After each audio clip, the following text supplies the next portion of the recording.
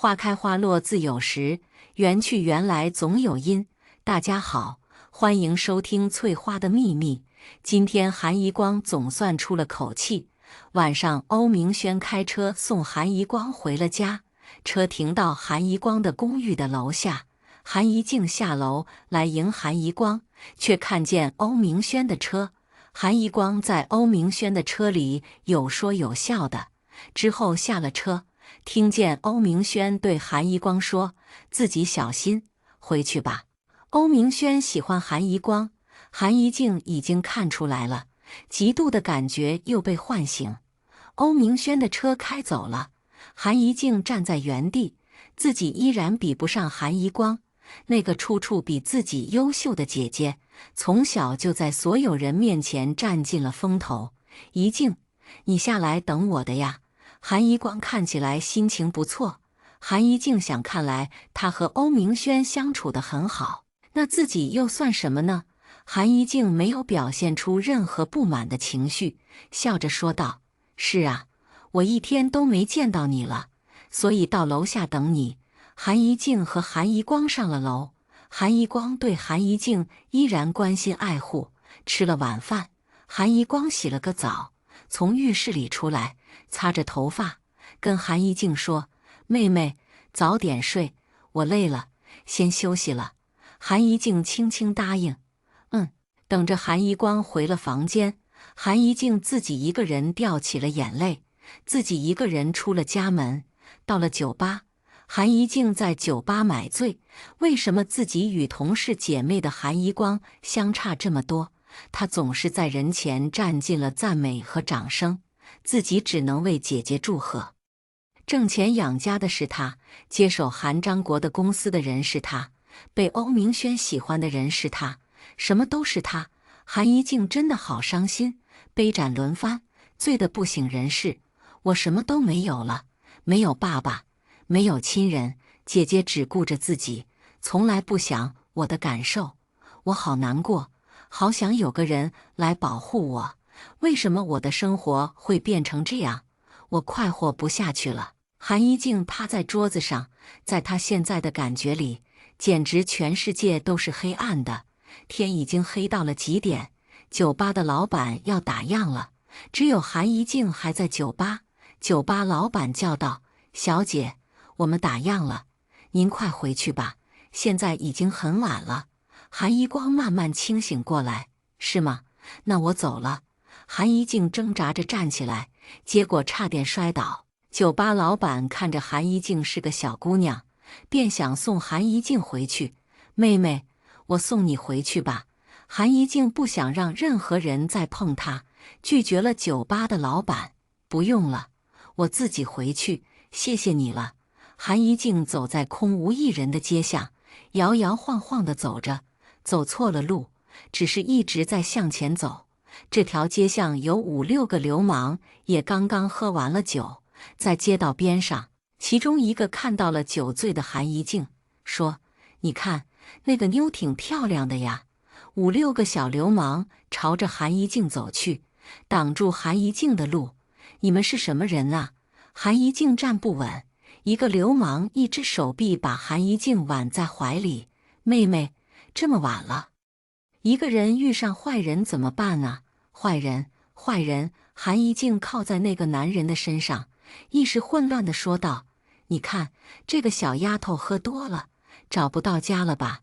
旁边的一个男人说道，其他的人跟着哄笑：“妹妹，你自己回家多不安全啊，跟我回家吧，等着醒了再回家。”抱着韩一静的男人说道。韩一静恍恍惚惚的，根本听不见其他人说话的声音。“你带着这个女孩子回家，那我们呢？”旁边的男人说。抱着韩一静的男人说道：“咱们一起回家。”这几个人便一起带着韩一静到了一个地方。韩一静被放在床上，几个男人看着韩一静青春美丽，每一个眼睛里都放着光。“咱们哪个先来？”这些人轮番的在韩一静的身上摸索亲吻。韩一静沉沉的睡着了，没有知觉。韩一静的被好几个男人轮奸了，还是在她全无意识的情况下，韩一静的衣服被撕坏，身上被他们一寸一寸的抚摸。整个晚上，韩一静都在这些男人的怀里。可是韩一静并不知道，这些人趁着韩一静还没有醒来的时候，便都离开。韩一静醒来时，看见自己的身下一片嫣红，疯狂的大叫，自己的衣服被撕坏了。韩一静意识到自己被人强奸了，从这个陌生的地方跑了出去，一路狂奔跑回了家。韩一光早上起来，发现韩一静不在家，准备到楼下找她，刚刚要开门，这时候门铃响了。韩一光打开门，被眼前的韩一静惊到。韩一光看着妹妹的这个样子，拉着韩一静进来。韩一静被韩一光拉到浴缸里，韩一光帮韩一静擦洗着身子，安慰道：“妹妹，没事的，没事的，姐姐等一会儿带你去医院。”韩一光说这些话的时候，看着韩一静，韩一静没有任何的反应。韩一光真的害怕会再失去这个妹妹。韩一静在房间睡觉，韩一光守在韩一静的身边。韩一光绝对不会容忍任何人伤害自己的妹妹韩一静，现在只能求助欧明轩来找出那个做了这种事情的王八蛋。韩一光不知道的是，不是一个，而是好几个王八蛋。韩一光拨通了欧明轩的电话。这个时候，欧明轩正在喝早茶，看到韩一光的号码，很高兴。一光，早上好。欧明轩轻快地说。韩一光情绪低落。欧总，我要请假，出了什么事情吗？欧明轩问道，正在为韩一光担心。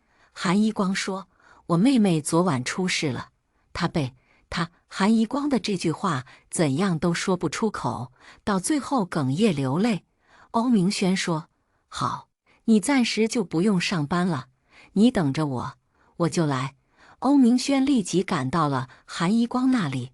欧明轩坐在韩一光的身边，看着韩一光哭泣，不知怎样安慰，抽出一张纸巾给他。我一定不会放过那个人，那个是我唯一的亲人了。到底是谁这样对待一静？找到那个人，我一定要杀了他。韩一光狠狠地说。欧明轩说，你放心，我帮你找那个人，我想先去看看一静。欧明轩到了韩一静的房间，看着面容憔悴的韩一静，睁着一双呆滞的眼睛靠坐在床上。欧明轩到了韩一静的身边，安慰说，一静，没事的，别伤心，这样的事情怎么能够不伤心？欧明轩的安慰完全没有温度，而韩一静是为了他才出去喝酒的。欧明轩并不知道这些。韩一静看到欧明轩，就像看到了救星一样。韩一静抱着欧明轩大哭。欧明轩慢慢地抚摸韩一静的背，说，没事，不哭，你是一光的妹妹，就是我的妹妹，你放心，我一定帮你出了这口气。韩一静听到韩一光的名字，原来欧明轩对自己好是为了韩一光。韩一静止住了哭声，放开欧明轩。欧明轩温和地笑，说，一静，是不是累了？睡一会儿吧。韩一静钻到被子里，呜咽地哭着。欧明轩看到韩一静的悲伤，但是他真的一点都不心疼。也许，一静啊，你还能帮我一个大忙。欧明轩走后，韩一光到韩一静的房间去，闻到了血腥的味道。韩一光掀开韩一静的被子，看见韩一静的手腕里流出鲜红的血液。韩一光呼唤着韩一静，韩一静睁开眼睛，说了句，姐姐，我要走了，你好好的生活。眼睛向上一翻，没了知觉。韩一光赶忙叫来医生，医生帮韩一静消毒包扎之后，说他现在的情绪不稳定，想要自杀的病人不会轻易放弃自杀的念头，最好也不要送到医院，这样对病人的病情不利。你要看紧了他，不要让他再做出自杀的行为，最好请心理医生来给他开导一下。韩一光说，好，我会的，谢谢您了，大夫。韩一光送大夫离开，等着大夫走后，韩一静把家里的所有的刀之类的锋利的东西都收了起来。韩一静这时候醒来，从房间出来，韩一光发现韩一静的眼神变得忧伤，再也不像是从前的那么清澈，关心地说：“一静，你感觉好不好？到屋子里再躺一会儿吧。”韩一静看着周遭，忽然大叫起来：“这是什么地方？这里不是我的家！你是谁呀？我要找我爸爸！你是谁？”韩一静一把将韩一光推倒，韩一光站起来想碰一下韩一静，韩一静害怕地躲开。好好，你不要怕，我是你姐姐呀，你别怕，姐姐不碰你。韩一光稳住了韩一静，又将刚刚走的大夫叫了回来。大夫，你再来一次，我妹妹神志不清。大夫又赶了回来，和韩一光把韩一静按到床上，一支针管插进韩一静的皮肤里，等注射器慢慢的推进，韩一静沉沉的睡去。韩一静现在只有用镇定剂才能安静下来。韩一光看着自己的妹妹变得这样，每天都小心翼翼的，不敢离开韩一静一步，害怕她会再做什么可怕的事情。午后微醺的时候，韩一光打开韩一静房间的窗户，和韩一静说：“妹妹，你看外面的景色多好看呐，你看看。”韩一静抬起头看着窗外，从床上起来，走到窗口，门铃响了。韩一光去开门，是欧明轩来了。欧总。欧明轩进来，问道：“一静怎么样了？”韩一光这几天看着韩一静已经好了不少，说：“现在挺好的，她在房间呢。”韩一光和欧明轩进了韩一静的房间，欧明轩还说着：“一静，我来了。”进门两个人就看见韩一静站在窗户上，韩一光被吓得不知道怎么办。“一静，你下来。”韩一静的头也不回，张开双臂。欧明轩悄悄地到韩一静的身后，韩一静正要跳下去，欧明轩将韩一静抱下来，韩一静在欧明轩的怀里挣扎。韩一光对欧明轩说：“你抓紧了他，我去拿镇定剂。”欧明轩抱着韩一静，手臂环在韩一静的身上，韩一静在欧明轩的手臂上咬下去。欧明轩忍着剧痛，韩一光拿来镇定剂，在韩一静的胳膊上刺下去。韩一静终于不再挣扎，韩一静的头发散乱在脸上。欧明轩把韩一静的头发拢到耳后，抱着韩一静躺到床上。韩一光和欧明轩在一起，韩一光在韩一静的身边，满是心疼。韩一光问欧明轩说：“查到什么了没有？”欧明轩说：“查到了。”“是谁？”韩一光问道。“东浩燕。”欧明轩已经查到了，是几个小混混做的。但是这么好的机会，欧明轩怎么可能放过呢？让韩一光更加的仇恨东浩燕，他的事情才能做得更好。韩一光听到东浩燕的名字，气得颤抖。他还要怎么样？他害死我爸爸，让我一无所有，又来害我的妹妹。我现在就去找他。韩一光愤怒的要找到东浩燕，恨不得掐死他。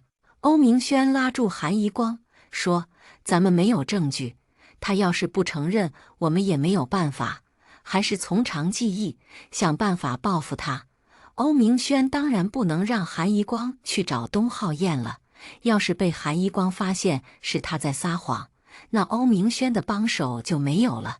另外，欧明轩渐渐地关心上了这个女人，说：“我留在这里，和你一起照顾一静，我会尽我最大的努力帮助你。一光，我会陪你一起的。”韩一光听到欧明轩的那句“我会陪你一起的”，韩一光的心中有些感动了。接下来的每一天，欧明轩就留在韩一光的公寓，帮助韩一光照顾韩一静。韩一光熬了粥，而欧明轩在韩一静的房间陪着韩一静。有欧明轩在身旁，韩一静就不会觉得害怕。这几天的心情也好了不少。韩一光端着粥进来，到韩一静的身边。一静，吃点东西。韩一光拿着勺子在碗里搅和。韩一静感受到了姐姐的关心，把满心的嫉妒全部忘记了。韩一光拿着勺子把热粥在嘴边吹了吹，不小心脱手，粥掉到了韩一光的手上。粥滚烫滚烫的，韩一光的手红了一片。欧明轩见了，拉着韩一光到卫生间，用凉水给韩一光冲手。韩一静看到欧明轩对姐姐的关心，嫉妒心又起，把放在身旁的粥碗摔在地上。韩一光听到啪的一声，和欧明轩急忙进来看到摔碎了的碗。韩一光不知道为什么韩一静为什么又不高兴了，过去抱着韩一静：“妹，怎么了？不生气？”韩一静将韩一光推开，说：“你离我远一点儿，你快一点走。”韩一光以为韩一静是情绪不稳定，却不知道韩一静已经恨极了自己。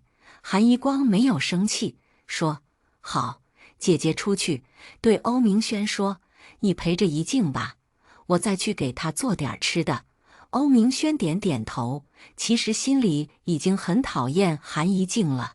这样无理取闹的样子让欧明轩非常反感。欧明轩看着韩一光出去了，跟韩一静说：“一静，怎么了？怎么突然就不高兴了？”问道。韩一静抱着欧明轩哭起来。欧明轩帮韩一静擦着眼泪：“怎么了？怎么总是哭啊？哪里不舒服？”韩一静说：“我想睡觉了。”“好，你睡吧，我出去，不吵你。”欧明轩推开韩一静，韩一静拉着欧明轩：“我害怕。”韩一静哭得更厉害了：“我害怕。”欧明轩没有办法，说：“我陪着你，你睡吧。”扶着韩一静躺下，韩一静拉着欧明轩的手，枕着欧明轩的手睡着。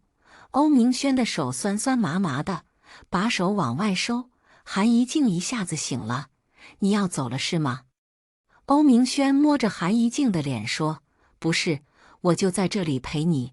你怎么还没睡着啊？我怕你会走，我睡不着了。”韩一静说道。韩一静说：“你躺在我身边行吗？”韩一静的眼睛看着欧明轩祈求道。欧明轩老老实实的在韩一静的身边躺下，依旧温和。“这样好了吗？睡吧。”韩一静乖乖的躺下，可是一直没有睡着。韩一静现在很少能睡着。欧明轩在韩一静身边当了一天的好哥哥，早就累得不行，头沾上枕头，很快就睡去了。韩一静看着欧明轩的那张俊朗的脸，第一次见到欧明轩时，韩一静就喜欢上了他。他俊朗、彬彬有礼，一切都让韩一静着迷。可是欧明轩为什么总是对自己的姐姐那么好？对自己好都是为了姐姐。韩一静心里好怨，难道自己就比不上韩一光吗？韩一光的名字有一个光字，他就要什么时候都光芒万丈，自己只能静静地在韩一光的身旁，静静地看着吗？转眼到了早上，韩一光早起准备早饭，欧明轩也醒了，看着韩一静睡着了，轻声地出去。欧明轩看见韩一光在厨房中忙碌着，这个女人哪一点不值得自己爱呢？她善良、勇敢、坚强、精明强干，对家人又好。欧明轩对韩一光的好感又一次增加。韩一光为了报复东浩燕，和欧明轩策划了一个商业的骗局，只有这样才能让东浩燕难过。因为韩一光知道东浩燕非常重视这个公司，让这个公司出现问题就能够伤到东浩燕。韩一光联系了一家小公司，叫做名义公司。韩一光约名义公司的负责人到餐厅，欧明轩当然也在一起。名义公司的负责人知道这次合作是欧氏集团有求于他们，所以态度非常傲慢。欧总，你们给我的这次合作属于欺诈，我要是和你们合作的话，以后惹事上身可怎么办？”欧明轩看着韩宜光，韩宜光举起酒杯说道：“这次是我们有求于您，我会给您一些报酬，还请您一定要帮忙啊！”韩宜光将一杯酒一饮而尽，几杯酒下去，韩宜光就醉了。欧明轩送名义公司的负责人走了，回去看见趴在桌上起不来的韩宜光：“宜光，还好吗？你还好吗？”韩宜光呕吐起来。欧明轩焦急地看着韩宜光，之后带着韩宜光回了家，把韩宜光扶到沙发上躺着。韩宜光说了句：“我渴。”欧明轩立刻给韩宜光倒水，给韩宜光喝下去。这一幕被韩一静看见，韩一静冲进自己的房间。欧明轩这时候听见门关上的一声，急忙到韩一静的房间。韩一静在房间里找不到什么锋利的东西，这些锋利的刀子之类的都被韩一光收了起来。欧明轩在外面敲门，问道：“一静，我是欧明轩，是哥哥，你开门。”韩一静无奈冲着桌子撞上去。欧明轩听见韩一光的房间里有声响，直接把门撞开，见到韩一静头上开了花，被吓到了，过去扶着韩一静坐到床上：“傻妹妹，你怎么了？”欧明轩拿来消毒用品给韩一静包扎：“一静，不能再伤害自己了，你的姐姐会多伤心。现在你的姐姐就只有你了，你要好好的活着啊！”欧明轩对韩一静好说歹说，韩一静却一点都没有听进去。“我只能为了姐姐活着吗？你的心里为什么只有她？我活着是不是没有意义？”韩一静看着欧明轩说道。欧明轩听懂了韩一静的意思，什么都没有说。韩一静追问：“你是不是觉得我很麻烦？那你就不要理我了，你走，你快走！”韩一静对欧明轩叫嚷。欧明轩沉下心来说：“一静，你现在的情绪不好，什么都不要想，好好的，别再让自己难受，记住了吗？我不会嫌你麻烦的，我喜欢你这样的小妹妹，单纯可爱。”韩一静听到欧明轩说自己可爱，心情好了一些，没有再闹了。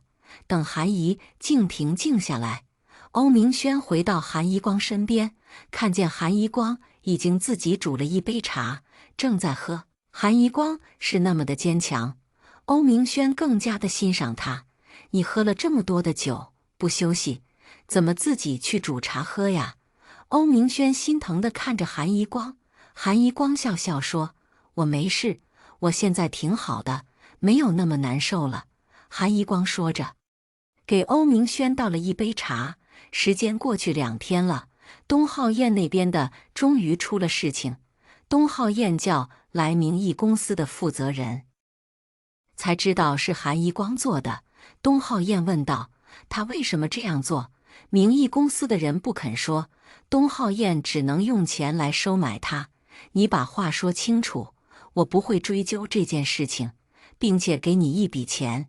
你如果不说清楚，那我会请律师来处理。”无奈之下，名义公司的负责人只好说了：“是韩小姐说你找人伤害了她的妹妹，所以才要我来进行这种欺诈活动。”东浩燕明白了，但是自己没有做过的事情，怎么会被韩一光怪在自己的身上？东浩燕一直在想念韩一光，从前他做的事情心里并没有愧疚，这次的事情是韩一光的误解。东浩燕决定把这件事情跟韩一光说清楚。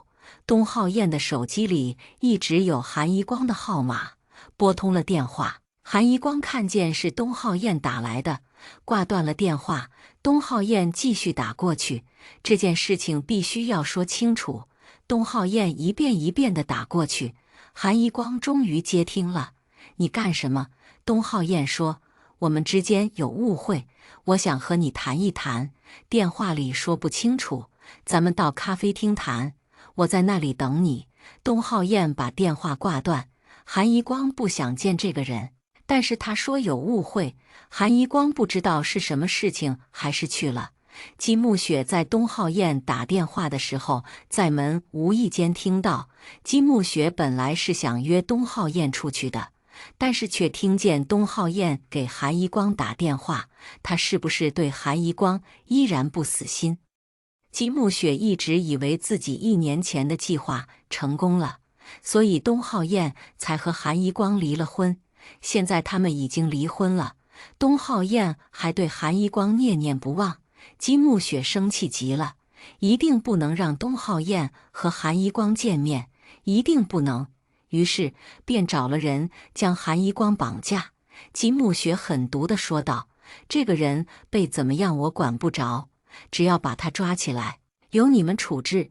那个女人还是个美人呢。”几个人便开着车到路上等着。林玄俊1年以前带着韩章国给的1000万，不仅治好了母亲的病，还让自己顺利读完了大学，现在是一家知名大学的教授，并且和黑道上也闯出了名堂。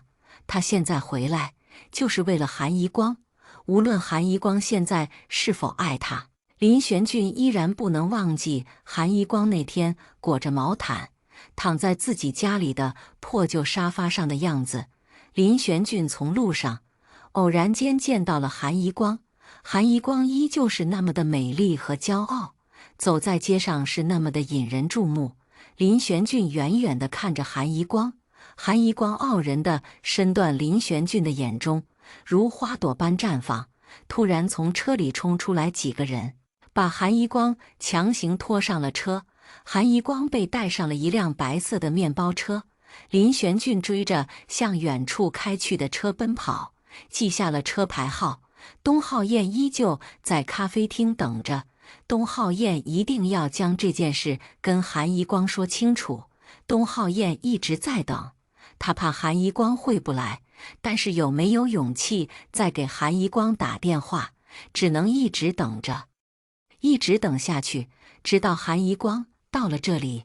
林玄俊马上联系了在黑道上的朋友：“林哥，有什么事情？”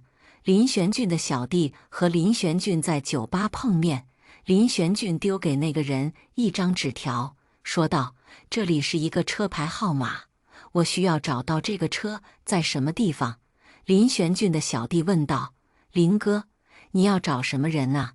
林玄俊说：“是个以前的朋友，他和我的感情很好，找到了之后立刻通知我。”林玄俊仔细地交代着：“林哥，你放心，我一定找到，不就是一辆车吗？让我手下的弟兄连夜就找到这辆车。”林玄俊的小弟说道。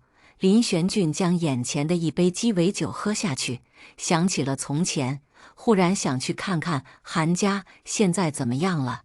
林玄俊一个人走到了韩家的别墅，心中的怨气全部都出现了。韩章国，你就因为我没钱而不让我跟一光在一起，现在我回来了，我有了足够的地位，可以和一光在一起了吧？现在我就要和你说清楚。林玄俊按了门铃，开门的却是一个陌生的女人。“请问你找谁？”女人问道。林玄俊往屋子里面看，里面的装潢全部改变了。林玄俊以为自己走错了，但是看看外面，自己并没有走错。“请问这里是姓韩吗？”林玄俊问道。女人说：“这里不姓韩，你是找之前住在这里的人吧？他们已经把房子卖了。”林玄俊吃了一惊，半天才回道：“那打扰了。”之后女人关上了门。林玄俊不知道这1年都发生了什么，难道韩家发生了什么事情吗？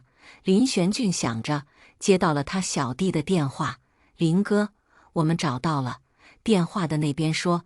林玄俊心急如焚，说：“你等着，我马上来。”林玄俊又找了几个人一起到了那个地方。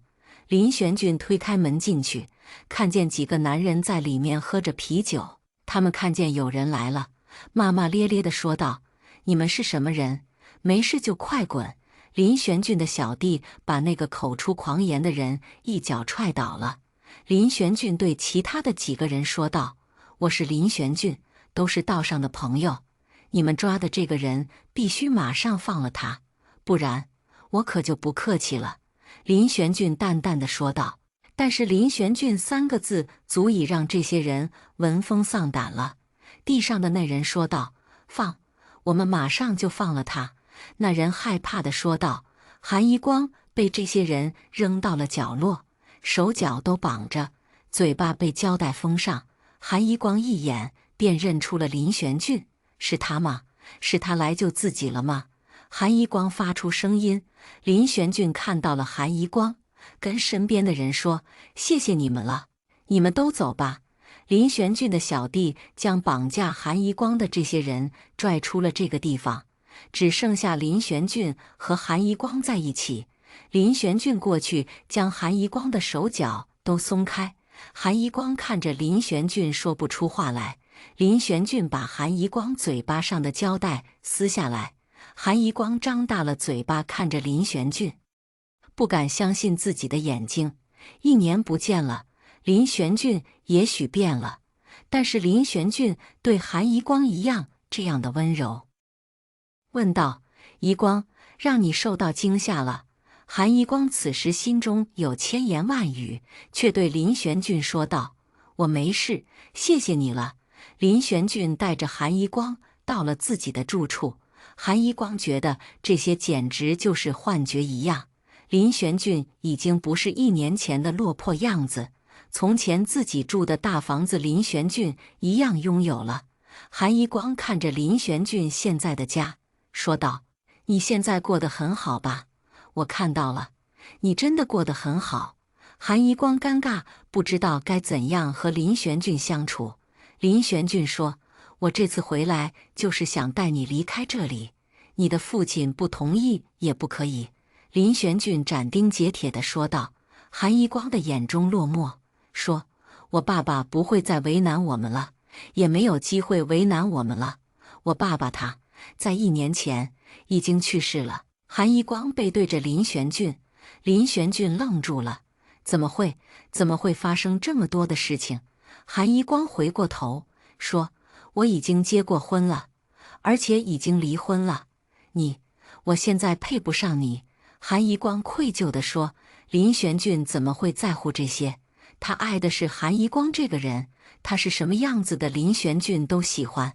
没关系，我不在乎这些，我爱的是你，你是最好的，不管你经历了什么。”林玄俊深情款款地说道。韩一光无法拒绝林玄俊的深情，没有说任何话，没有表达任何的态度。林玄俊问道：“你怎么会被那些人绑架？”韩一光回答说：“我1年以前，爸爸的财产被东浩燕在和我结婚之后据为己有，之后便和我离了婚。我一个人和怡静到了欧氏集团工作。可是前几天，东浩燕竟然找人强奸了怡静，于是我便找了一家小公司去找东浩燕的麻烦。今天东浩燕突然打来电话，说我们之间有误会，所以我去赴约，之后被路上的一伙人绑架了。”韩一光简单的几句话说完了自己的所有遭遇。东浩燕简直是一个魔鬼。林玄俊听着韩一光说的事情，心里难受极了。和韩一光相拥在一起，一定是东浩燕做的。林玄俊说道：“一光，一定是东浩燕做的这件事，我会帮你教训他。”韩一光此时心里仍然想着和东浩燕的约定。韩一光觉得东浩燕之前做的那些事都一五一十的和自己坦白，这次却说有误会。如果按着东浩燕的性格，是一定不会撒谎的。韩一光说：“玄俊，你能不能带我去见见东浩燕？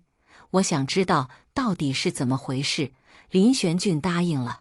那好，我陪你去。之后开着车带着韩一光到了那家咖啡厅。韩一光准备下车，林玄俊对韩一光说道：“一光，你进去吧，我在外面等你。”韩一光安心地出了车，看见东浩燕静静地坐在座位上等着，他竟然还在等。韩一光想起了东浩燕从前的所作所为，表情冷漠地坐到东浩燕面前。你找我来有什么事情？韩一光冷冷问道。东浩燕说：你终于来了。东浩燕双眼看着韩一光，含情脉脉的样子，让韩一光有些恍惚，仿佛自己那时爱上他的感觉还在。韩一光问道：我们之间有什么误会？东浩燕说：你是不是因为韩一静的事情在生气？我想知道是谁污蔑的我。东浩燕问道。韩一光冷哼一声：污蔑？你自己做的事情，你自己不知道吗？你有什么必要狡辩呢？韩一光轻蔑地看着东浩燕，东浩燕的眼神没有任何的躲闪，这样让韩一光有些奇怪。韩一光就这样看着东浩燕的表情。东浩燕说道：是我做的，我一定会承认。我从前是为了夺回我家的公司，所以才会做那些事情。我如实的告诉你我的所作所为，这件事情和我一点关系都没有，信不信由你。但是我想知道，是谁和你说的？这件事情是我做的。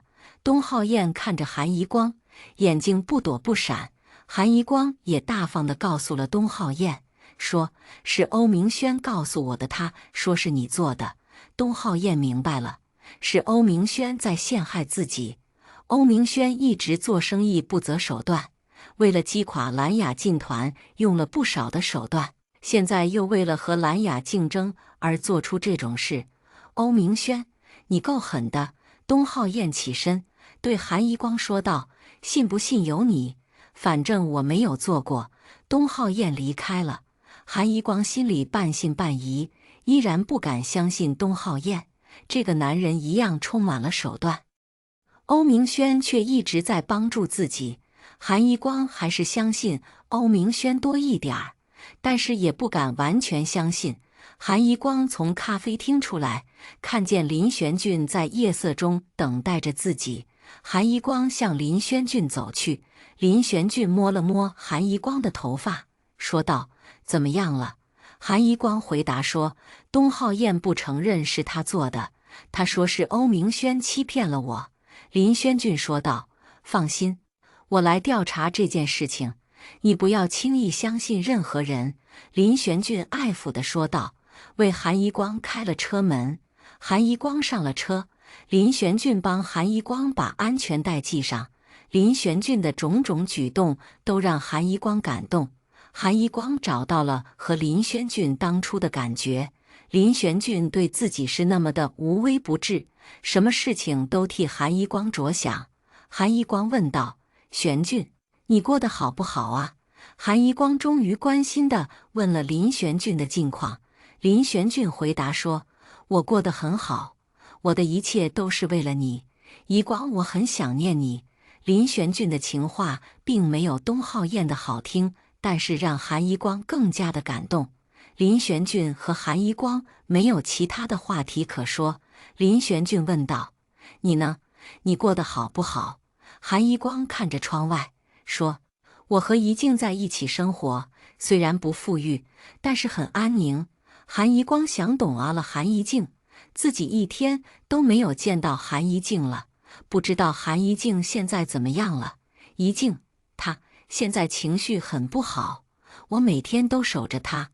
欧明轩也在帮着我照顾着，我真的很害怕，有一天发现身边的所有人都在欺骗我，利用我。韩一静真的很怕。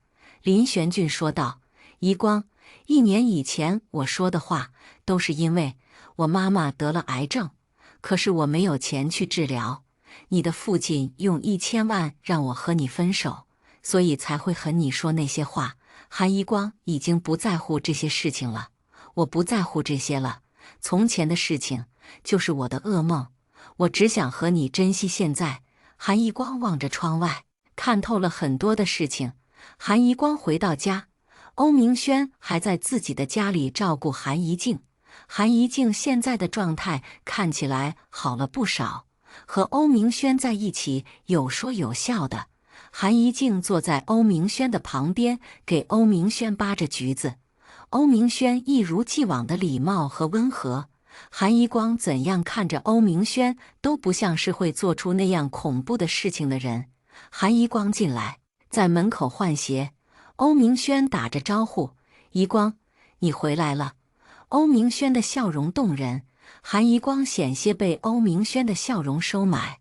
但是东浩燕所说的事情，韩一光也有半分的相信，态度没有改变，只是心中多了一个心眼，随便应和着：“是啊。”没有提到自己被绑架的事情。韩一光心中对欧明轩有了防备，不放心韩一静在欧明轩的身边，而韩一静现在对韩一光都是妒忌。韩一静只默默地扒着橘子，根本无视韩一光。韩一光并没有感觉到韩一静对自己的敌意，认为韩一静是因为心情不好，所以才会这样。韩一光坐到韩一静的身边，摸着韩一静的头发，温和地问道：“一静，今天在家都干什么了？”韩一光爱抚地看着妹妹。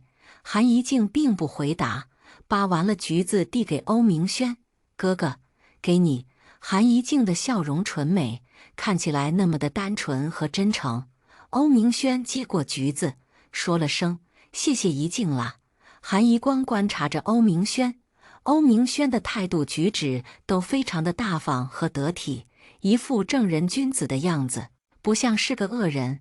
况且欧明轩还帮助过自己，怎么会伤害他的妹妹呢？大概是自己太多疑了。可是东浩燕说的还是让韩一光心里有了惧怕。韩一静一直冷落着韩一光，甚至讨厌韩一光坐在自己的身边。韩一静跟欧明轩撒娇着地说：“哥哥，我想吃苹果。”欧明轩答应：“好，我去给你拿。”欧明轩去洗苹果，韩一光陪着韩一静，任韩一光怎样和韩一静搭话，韩一静都没有说一个字。韩一光坐在韩一静的身边故意亲近，而韩一静只装作看不见。欧明轩端着一盘苹果给韩一静，而韩一静需要的是一把水果刀。“我不吃皮的。”韩一静说道。韩一光从自己的包包里拿出一把小巧的水果刀，“姐姐给你去皮。”韩一光温柔地说。韩一静拿过韩一光手里的水果刀，拿着苹果，在苹果的身上仔细地去除红红的果皮。韩一光就在韩一静的身旁，看着韩一静一点一点地把果皮削下来。韩一静看着那个红彤彤的苹果露出白白的果肉，真想把这把刀插到韩一光的皮肤里。韩一静眼神中的妒恨疼地燃起。韩一静把苹果拿给欧明轩，欧明轩一样温柔地接过。韩一静突然将水果刀对着韩一光，韩一光没有注意，忽的手臂疼痛，回过神来，看见自己的手臂上有血液潺潺地流出。韩一光的脸上霎时变得苍白，快要晕厥。欧明轩还没有意识到发生了什么事，偶然回头瞥见韩一光，见到他的脸色不对，再看到了一片血红。“一光！”欧明轩下意识地叫了一声，紧接着到韩一光的身边，在韩一光的裙子上撕下一条，绑在韩一光的伤口上面，这才止住了血。欧明轩看见韩一静手里拿着的水果刀上有血渍，欧明轩也不敢相信，韩一光手臂上的这条长长的刀口，竟然是韩一静下的手。韩一静的天使面容下究竟是怎样恶毒的心？欧明轩顾不得和韩一静理论，拉着韩一光到了医院。韩一静冷冷地坐在远处，手握紧了刀刃，手上作痛。韩一静怎么甘心？为什么欧明轩还是这样的爱护姐姐？为什么只要韩一光在，欧明轩就不再对自己关注？为什么就永远都比不过韩一光？韩一光从医院包扎好了之后，和欧明轩在医院的走廊。韩一光不明白，自己的亲妹妹为什么会对自己下手，是因为情绪的问题，还是因为别的呢？欧明轩在韩一光的身旁，问道：“你手臂上还疼不疼？”欧明轩温文尔雅的气质，在此时令韩一光更加的相信欧明轩不会做那件事。韩一光笑笑：“我没事，今天怡静在家里和你还好吗？”韩一光依然关心着韩怡静，就算韩怡静伤害了自己也没关系。欧明轩想起了韩怡静刚刚的狠毒样子，回答韩一光的时候，语气中尽是冷漠。他今天挺好的。韩一光听出了欧明轩的不满，帮韩怡静辩解道：“怡静不是故意的，是我不小心撞到她手里的水果刀上的，是我不小心。伤口在韩一光的上臂上，不小心能撞到这么高的地方吗？”欧明轩当然知道这是韩一光的辩解，欧明轩便顺着韩一光的意思说下去：“是吧？怡静的情绪不稳定，偶尔也正常。你一天都干什么去了？”欧明轩问道。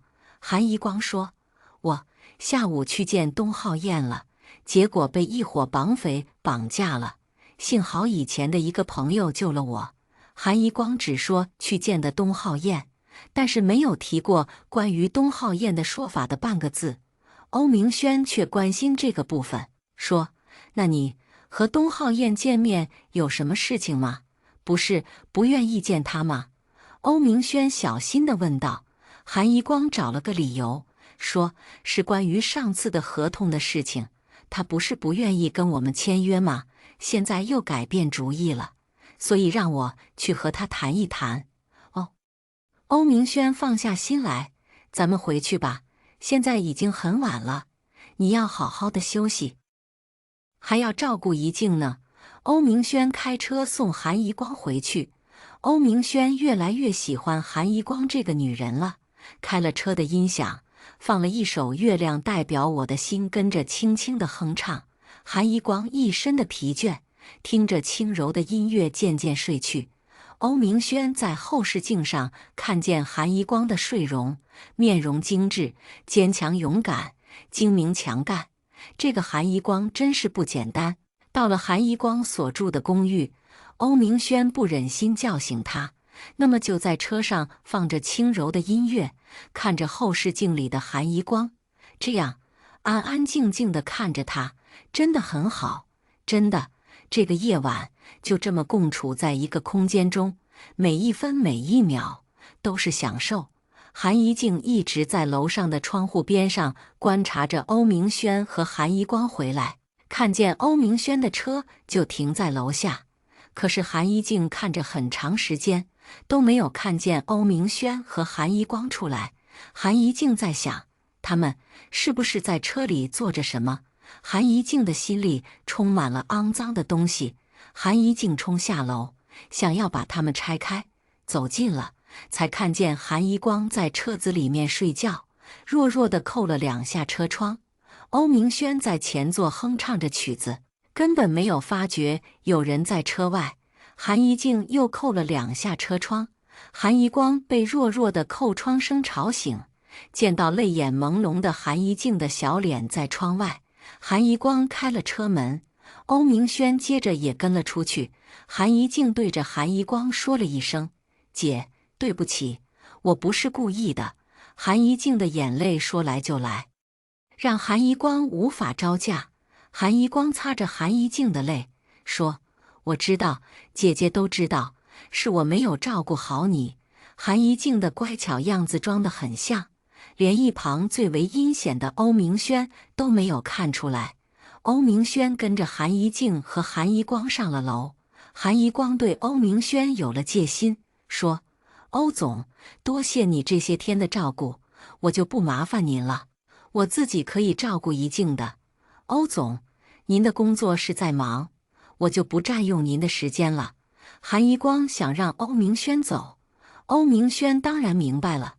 欧明轩也知道韩一静是不舍得自己走的，所以意味深长地看了韩一静一眼，嘱咐道：“一静，你和一光在家要乖呀，不能再拿着刀子之类的东西了。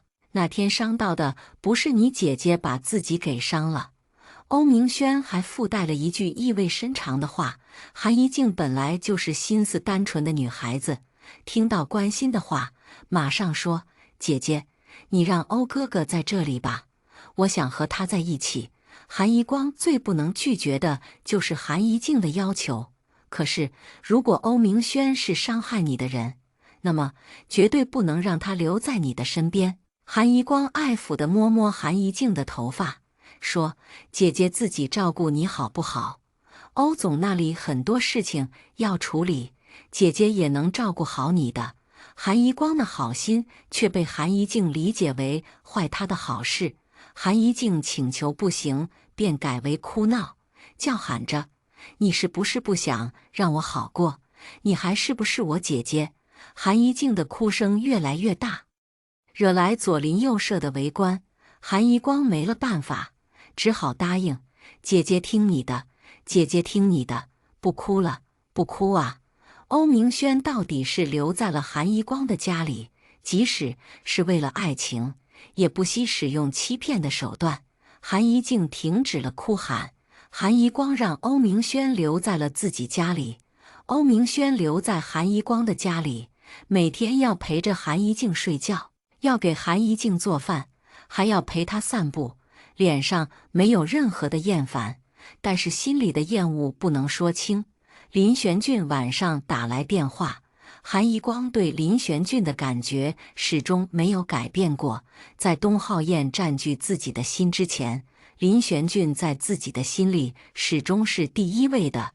林玄俊，不管他是贫穷，不管他是富有，无论他是否成功，在韩一光的心里，林玄俊始终都是那个为他默默守候的人，那个永远为自己着想的人。韩一光在客厅一个人，欧明轩正在陪着韩一静。韩一光在这时接到了林玄俊的电话：“你干什么呢？”林玄俊生硬的问候。两人现在的感觉似乎和从前有了什么不同。韩一光一样生硬的回答：“我没事做，自己一个人。”沉默了好久，林玄俊才一字一顿地说：“我想你，想现在就见你。”林玄俊心中忐忑，这样的话早就想和韩一光说，可是几次都没有说出口来。韩一光听到关于想念的2个字，鼻子酸涩，沉默，之后还是沉默。“我现在就到你家去找你。”林玄俊说。挂断了电话，韩一光仍拿着电话，久久才说：“我也想你，真的很想。”林玄俊没有听到。韩一光也不好意思在林玄俊的面前吐露自己的爱意，等着韩一光的手机再次响起。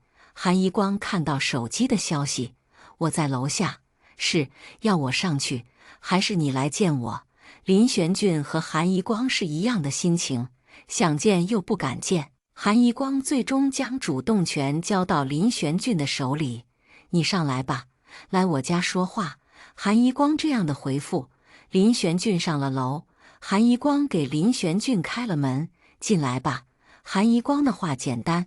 林玄俊进门，看着韩一光住的这个地方，和自己1年前有什么不同？屋子的陈设老旧，光线不佳。韩一光说道：“这就是我现在住的地方，是不是太差了？”韩一光说着这话时，意识到了林玄俊和自己当前的情况是这么的不相配、不协调，心中从前的自己高高在上的想法全部消失了。林玄俊听出了韩一光的想法，坐到沙发上说：“挺好的，比我从前的家要好得多。”林玄俊的表现自然，让韩一光没有了尴尬的感觉。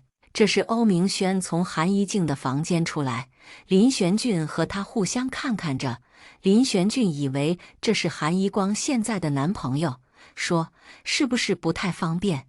那我先走。”林玄俊怎么也没有想到韩一光已经和别人在一起了，失落就摆在脸上。韩一光解释说：“这位是我的上司，欧明轩，欧总。”韩一光接着说：“欧总是来帮我照顾一静的。”林玄俊松了口气。欧明轩坐下：“你好，我是欧明轩。两人没有握手，只是相互看着对方。林玄俊介绍道：“我是林玄俊，是怡光之前的男朋友。”欧明轩是韩怡光的上司，却对韩怡光的妹妹这样的关心，不免让林玄俊起疑。林玄俊说明自己是韩怡光的旧情人，就是让欧明轩知道自己是和韩怡光的关系更加的亲近。欧明轩回答说：“是吗？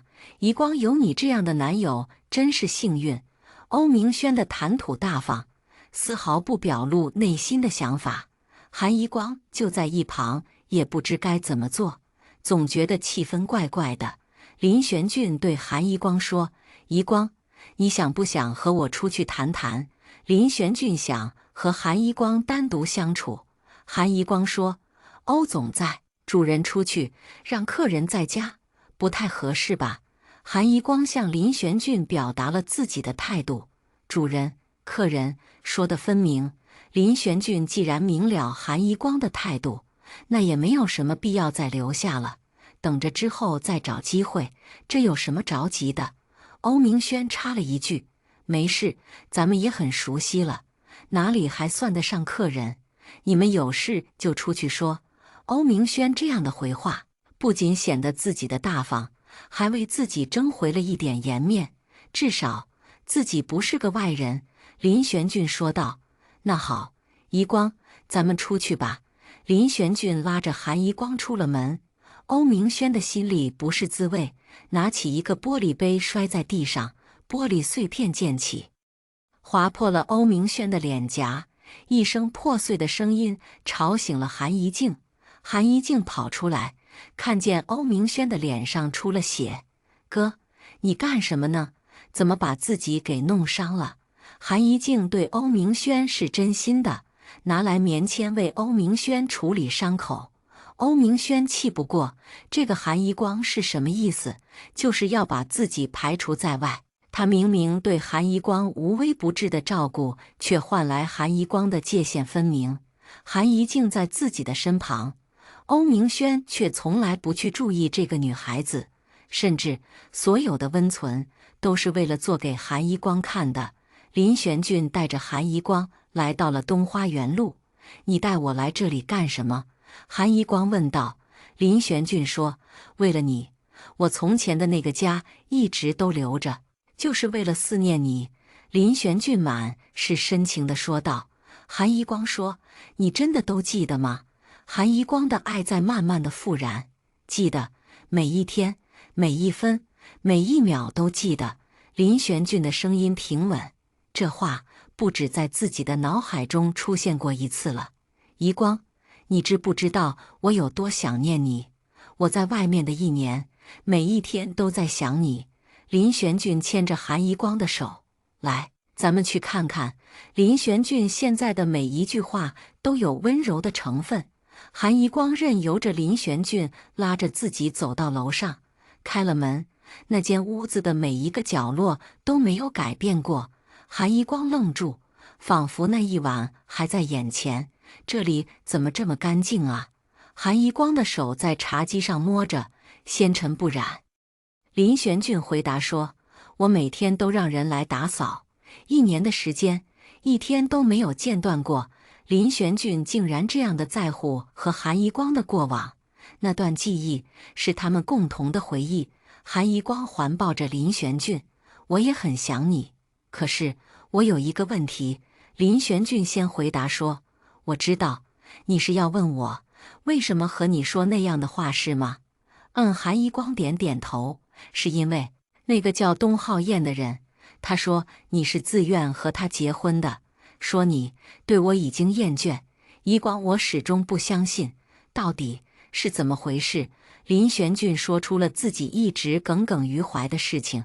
韩怡光听到东浩燕的名字就气得火冒三丈：“没有，我从来都没有做过，我没有说过任何的这样的话，你信我，都是他，是他毁了我的家，把我的妹妹害成现在的这个样子。”韩怡光把一切的过错都加在了东浩燕的身上。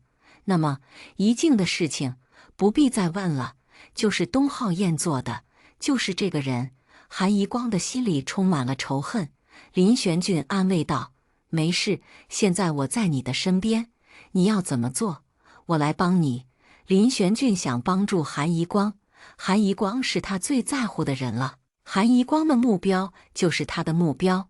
韩宜光却说：“不，我要一个人让他付出代价，就像他从前对待我那样。”韩宜光的眼中都是愤怒的火焰，灼烧着自己的每一根神经。林玄俊抱着韩宜光，很久没有这样抱着他了。他柔软的身体，他温温的气息，都是林玄俊的想念。东浩燕依旧是自己一个人，在每个深夜里，不允许任何一个人进入他的梦境，只有韩宜光。和韩宜光的每一次接触，和韩宜光的每一次谈话，对韩宜光每一次或真或假的爱意，还有在韩宜光受伤时自己脱口而出的情话。现在的韩宜光褪去了屈辱的过去给他的伤疤，恢复成一只优雅的蝴蝶。东浩燕手里拿着红酒杯，透过杯子的颜色，看着和韩宜光的结婚照。那里的韩宜光圣洁美丽，是东浩燕心中的天使，是东浩燕心中的女神。东浩燕为了韩宜光整整醉了一个晚上，头痛剧烈，身上酸麻，好想你，想你的声音，想你的模样。东浩燕为了韩宜光彻彻底底的醉了。韩宜光，如果不是你的父亲做了那样的事情，伤害了我的父亲，也许我会爱上你，或者现在我已经爱上了你，可是这些都是不可能的了。你和我不再有任何的关系了。我知道自己对你所有的伤害，让你有多痛，不奢求能和你在一起，只是不想让你的心里的我变得更加的不堪。东浩燕不能忘记韩宜光的美丽，多想和这个女人在一起，可是自己还有资格吗？东浩燕深知自己的作为，可是东浩燕也是不想的呀，她没有办法。每次到了监狱去看望父亲，东浩燕的父亲都会警告他，是韩章国毁了他们的生活，所以就是为了父亲，东浩燕也不能对韩家手软。每日每夜都被父亲的警告惊扰，他不敢忘记父亲的交代，不敢让自己忘记这件事情，所以东浩燕才会去做这些事。东浩燕怎么会在乎这些？东浩燕一直希望能有个家，能够幸福和安宁的生活。东浩燕一个人孤独寂寞。韩宜光现在已经躺在了林玄俊的怀里，这久违了的感觉终于回来了。而欧明轩在韩宜光的家里忍受着自己已经被韩宜光拒绝，欧明轩却不想放弃，他真的爱上了韩宜光。韩宜光气不过，为什么自己和东浩燕无怨无仇？即使有仇有怨，也是父亲那一辈子的仇怨，和他有什么关系？为什么东浩燕这样险恶地对待自己？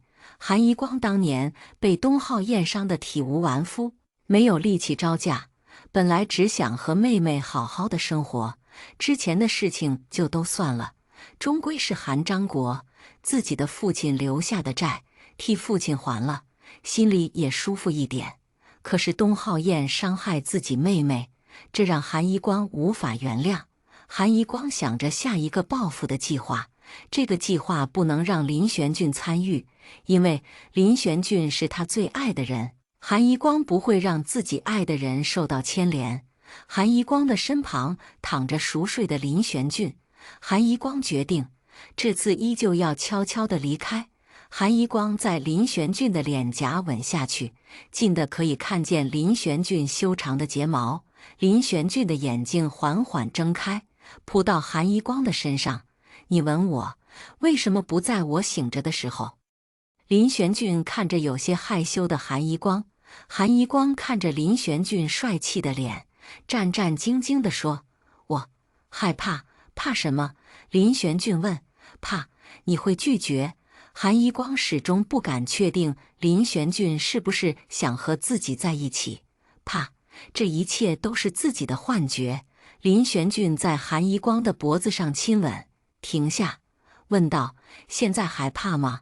林玄俊的温柔笑容就在自己的眼前，韩一光没有什么害怕的了。林玄俊想向韩一光的下面进攻，韩一光没有抗拒，在这个清晨又一次把自己给了林玄俊，两人大战了一番。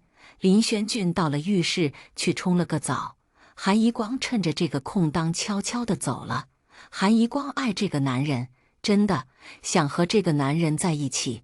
韩一光现在心里想的事情就是报复东浩燕。韩一光回了自己的家，进门之后看见欧明轩坐在沙发上，一夜没睡吗？欧明轩看着韩一光到了厨房，烧着开水。欧明轩等着，看着韩一光在做着一些事情。韩一光终于从厨房出来，欧明轩质问道：“你昨晚在什么地方？”欧明轩完全没有意识到自己和韩一光的关系，这样的问话是不是不合情理？韩一光回答说：“我和玄俊在一起。”韩一光对林玄俊的称呼都是这么暧昧。欧明轩看着韩一光，吞吞吐吐地问道：“你是和他就像我们这样的相处了一夜，还是像恋人一样的相处了一夜？”欧明轩知道自己不该问这些，但是就是控制不住。韩一光没有办法回答，这样的问话怎么回答？于是选择了沉默。欧明轩说：“你和那个人是什么关系？我一点都不关心，我只关心你是不是心里有那个人。”欧明轩的态度更加明确。韩一光装作没有听清，说：“什么？不好意思，欧总，我没有听清。”韩一光装傻。欧明轩看看韩一光，随即放弃了自己的问题，说：“没有，我一时也忘了，一些无关紧要的话，你别放在心上。”欧明轩说完，朝着门走去。临走时说：“一光，咱们的事情还要继续，那就到公司里。兰雅是我们共同的目标。”欧明轩没有再多言，自己已经没了机会，那就为自己创造一个和韩一光一起共事的机会吧。韩一光想，是的，自己是时候去做这件事情了。韩一光这次决心要击败东浩燕，为了自己的妹妹，汉医官请来了保姆来照顾韩一静。韩一静现在既见不到欧明轩，还被韩一光扔在家里，脾气变得更加的暴躁。韩一光光鲜亮丽，精神饱满的到了公司。欧明轩已经想到了一个很好的计划，叫韩一光到办公室来。韩一光敲了敲门，进来。欧明轩拿出了公司总裁的风度。韩一光问道：“总裁？”欧明轩说：“你坐吧，我刚刚做了一个企划案，咱们和兰雅集团要谈一笔生意了。”韩一光意识到，他们下一步的计划就要展开了。韩一光坐在欧明轩的面前，听着欧明轩说着那个计划。如果这次的计划成功的话，兰雅集团恐怕就是欧氏的了。欧总，这个计划非常好，我们什么时候进行？韩一光已经迫不及待。欧明轩冷冷地说：“随你，你有时间就去谈吧。”欧明轩对韩一光的介意暴露无遗。韩一光说：“好，那我下午就去办。”韩一光说完出去。欧明轩对韩一光的好感慢慢的消耗。欧明轩的身边追求者无数，从来没有女人这样的冷待自己。欧明轩气不过，但是这是两个人的事情，自己是不可能做成这件事的，那就让仇恨和贪婪成为他们共同的出发点，以达到目的。韩一光回到公寓，在梳妆台前好好的打扮了一番。韩一静看到韩一光的心情似乎不错的样子，胡想着大概是和欧明轩在一起相处得很好，便计划着要害韩一光。韩一光临出门的时候，还不忘嘱咐韩一静：“一静，姐姐有事，你自己弄点吃的，要不然就叫外卖。姐姐出去了。”韩一光将公寓的门关上的瞬间，韩一静的眼神凶狠起来，他想要杀死韩一光。韩一光在路上走着，想着企划案的事情，突然冲出来一辆出租车，幸好韩一光躲闪得快，只是擦破了一点皮。在角落暗中观察的韩一静看到这一幕，应该是非常失落。没有让韩一光从这个世界上消失，这个车就是韩一静找来的，就是为了让韩一光死。可是韩一光的命大，没有出事。韩一光如约赶到了东浩燕的公司，本来是应该姓韩的兰雅，东浩燕和韩一光在一起，注意到了韩一光脸上的擦伤，打断了韩一光的解说：“你的脸上是怎么弄的？”韩一光礼貌地回道：“不好意思，总裁，我是来谈合约的，这个是我的个人问题，谢谢总裁的关心。”韩一光几乎连看都不看东浩燕，东浩燕依然问候：“你现在要不要去处理一下合约的事情？我们等一下再谈。”东浩燕的问候只能让韩一光反感，说：“先谈合约吧，我现在没有问题。”韩一光想要让东浩燕最在乎的东西破灭，一刻也等不下去。东浩燕不再强求，说：“那咱们继续吧。”东浩燕之后没有听进去韩一光所说的半个字。韩一光拿着笔让东浩燕签字：“总裁，如果没有问题的话，咱们就签了吧。”韩一光只有在这个时候才能靠近东浩燕一点。东浩燕糊里糊涂地签了合约，韩一光自信慢慢地整理了合约，准备走了。东浩燕突然叫住他：“一光。”亲密的称呼脱口而出。韩一光回过头说：“总裁，咱们之前的事情我已经不记得了，你这样的称呼恐怕不合适。”韩一光骄傲地扬起嘴角，拉开门迈出去。东浩燕愣在原地，其实他多想说：“一光，我爱上你了，能不能再给我一次机会？能不能让我和你一起再相处一段日子？我会补偿你，照顾你，对你好，对你的妹妹好。我会弥补我犯的错，或者说是你认为的我犯的错。我真的是身不由己。”东浩燕的千言万语都没有机会说出口，都没有机会向韩一光坦白。韩一光在这个自己多么熟悉的公司走廊走着，直到走出去，直到离开。东浩燕，我曾经已经完全的爱上你，爱上那个愿意和我一起分担的男人。可是你太绝情了，是你把我推进了深渊，我们永远都不能在一起。韩一光接到了韩一静的电话，韩一静因为没有害成韩一光，换起了新的招数。韩一光听到妹妹的哭声，紧张地问道：“一静，你怎么了？出了什么事情？”韩一静在电话的那边说：“家里来了坏人，我好害怕，我怕。姐姐，你快回来呀！”韩一静在电话那边的语调，每发出一声，都让韩一光心惊胆战。“好，我马上就回去，你别怕，姐姐马上就回。”韩一光挂了电话，疯狂地往家里赶去。林玄俊却先到了韩一光的家。韩一静又一次装作被人侮辱的样子，亲手把自己的衣服撕开。听到门铃的声音，以为是韩一光回来了，急忙跑去开门，没想到竟然是韩一光的旧情人，是林玄俊。林玄俊看着韩一静的样子，也以为是发生了什么事情，脱下自己的外套给韩一静披上。韩一静对林玄俊的这个举动感动，有了一些安全感。林玄俊扶着韩一静坐到沙发上，林玄俊问道：“我给你倒杯水喝，你告诉我在哪里？”韩一静索性将计就计，正好让林玄俊来做目击证人。在厨房的角落，韩一静装作害怕地说道。林玄俊给韩一静倒了水，等了一会儿，韩一光赶了回来。韩一光进门就冲到了韩一静的身边：“一静，发生了什么事？你快告诉姐姐！”韩一光焦急地问道。韩一静曾经听到过欧明轩和韩一光的谈话，说：“我记得就是上次的那个人，是他。”其实韩一静上次是怎么被强奸的，完全没有印象。韩一静知道韩一光恨极了东浩燕，所以做戏想看见韩一光和东浩燕两败俱伤。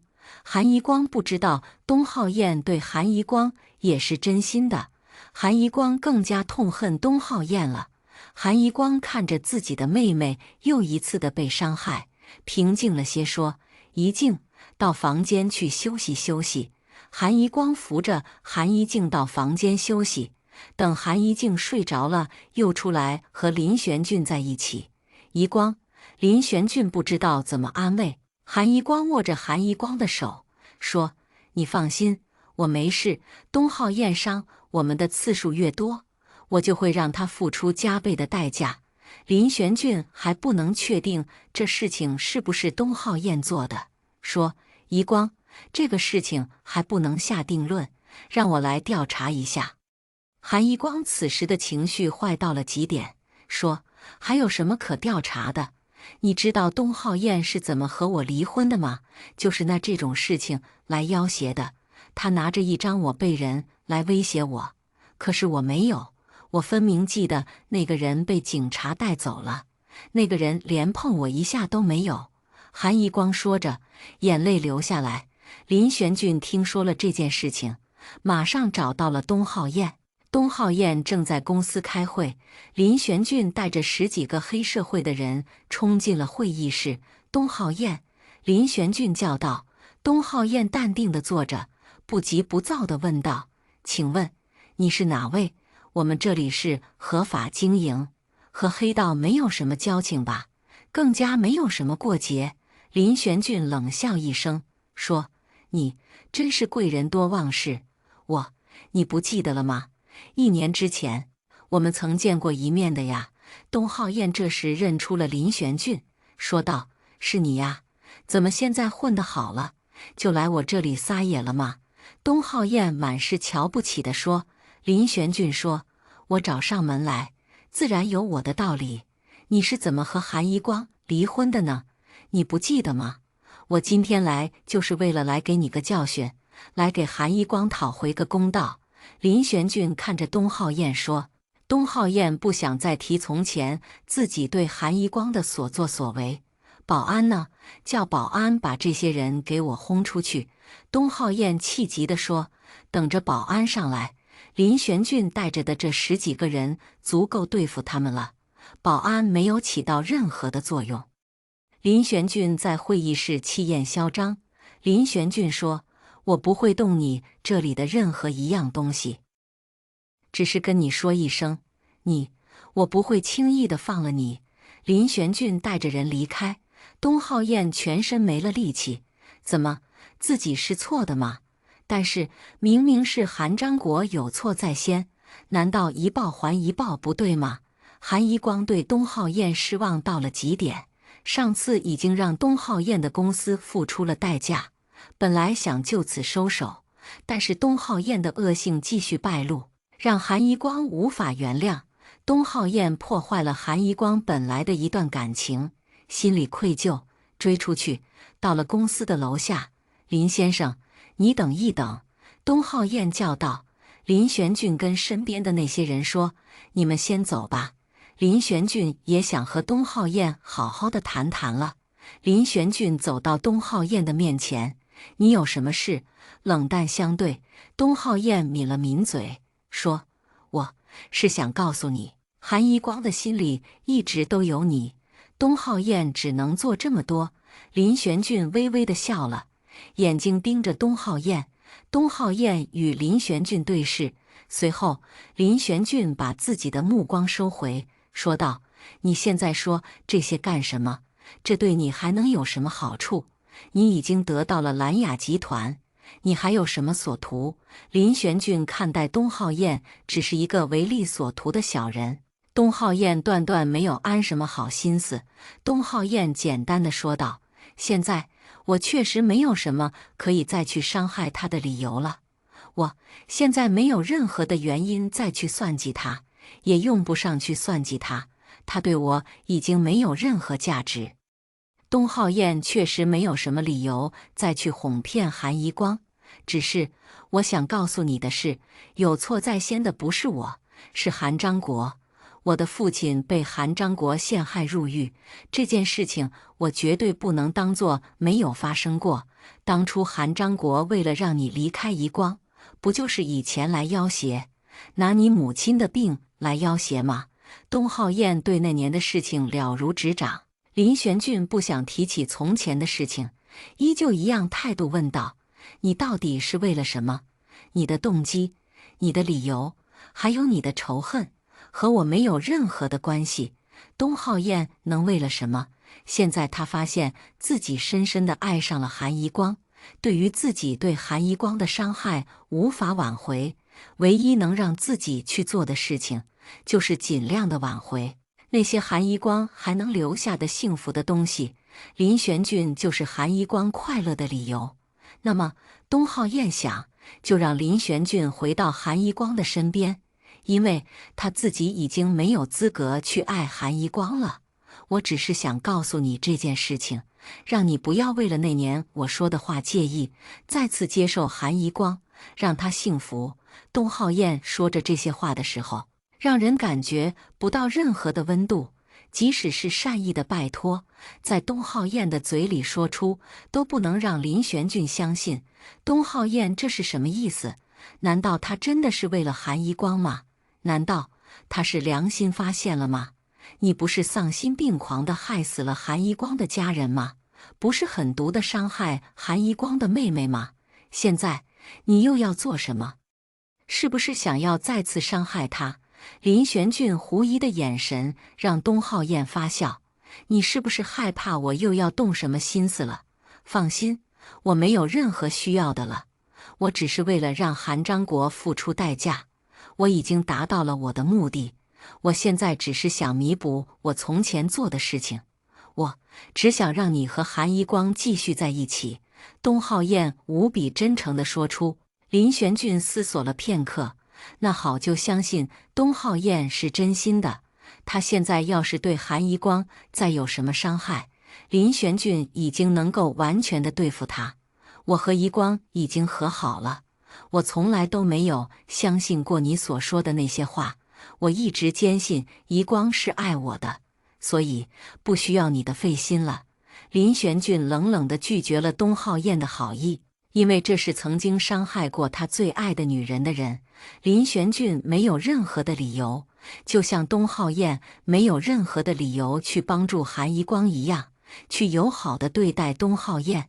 东浩燕自嘲的一笑，回答：“那好，林先生你忙吧。”东浩燕转过身去，准备将一切都抛之脑后，让自己不再去想念那个飞进自己心里的蝴蝶，让自己不再去无意地关心那个被自己弄得遍体鳞伤的蝴蝶。林玄俊突然想问：“你为什么要说这些？”林玄俊在东浩燕的背后叫道。东浩燕一直向前走着，这句话说出以后，韩一光，你和我没有关系了吧？咱们的事情就了解了。林玄俊想着，想不出东浩燕的任何动机，难不成他也爱上了一光？这是林玄俊的最终答案。一个男人的直觉一定是东浩燕爱上了韩一光。林玄俊识破了东浩燕的意图，恐怕一静的事情不是他做的。林玄俊和韩一光的感情越来越深厚，林玄俊几乎是一天到韩一光的家里去一次，每去一次就要伤心一次。林玄俊眼前的韩一静蓬头散发，每天正常的梳洗都不能进行。韩一静的心里充满了嫉妒，韩一静的心里是空的。她好想欧明轩，每一个晚上欧明轩哄着韩一静入睡，欧明轩再也没有来过。韩一静在这个家里变得越来越沉默，越来越暴躁。韩一光不知道是怎么回事，在疏懒的阳光下，韩一光给轻轻哼唱着曲子的韩一静梳着头发。韩一静看起来好憔悴，看起来像极了一只受伤的小兔子。林玄俊也为韩一静伤心。在韩一光出国的那段时间，韩一静曾来到林玄俊所住的东花园路那个偏僻而贫穷的地方。韩一静就像是掉落凡间的天使，她的笑容不染任何的尘埃。韩一静敲开了林玄俊家的门，韩一静的样子和14岁的韩一光像极了。林玄俊一度把这个女孩子当成了韩一光。你好，你是林玄俊吗？韩一静善良而纯洁，林玄俊竟然一时间被韩一静的气质打动，很久才回应：是，我是。那是他们第一次的相遇。林玄俊对韩一静始终有着美好的感觉。林玄俊到韩一静的身边，我来，拿过韩一光手里的梳子，为韩一静梳头。妹妹，你还记得我吗？韩一静几天的时间就变成了这样，林玄俊的心里有说不出的痛。韩一光现在才腾出手来，到厨房去做些吃的。林玄俊和韩一静单独的相处，韩一静抬起眼睛，她认出了林玄俊。是你，你能不能帮我找一个人？我不知道他在什么地方。韩一静心里想的都是欧明轩。他已经有一段时间没有见到欧明轩了。欧明轩就是韩一静所有病痛的良药。好，我帮你找。林玄俊想也没想，便就答应了。好妹妹，是谁把你害成这样？林玄俊对韩一静现在只剩下心疼。韩一静的笑容也变得让人心痛。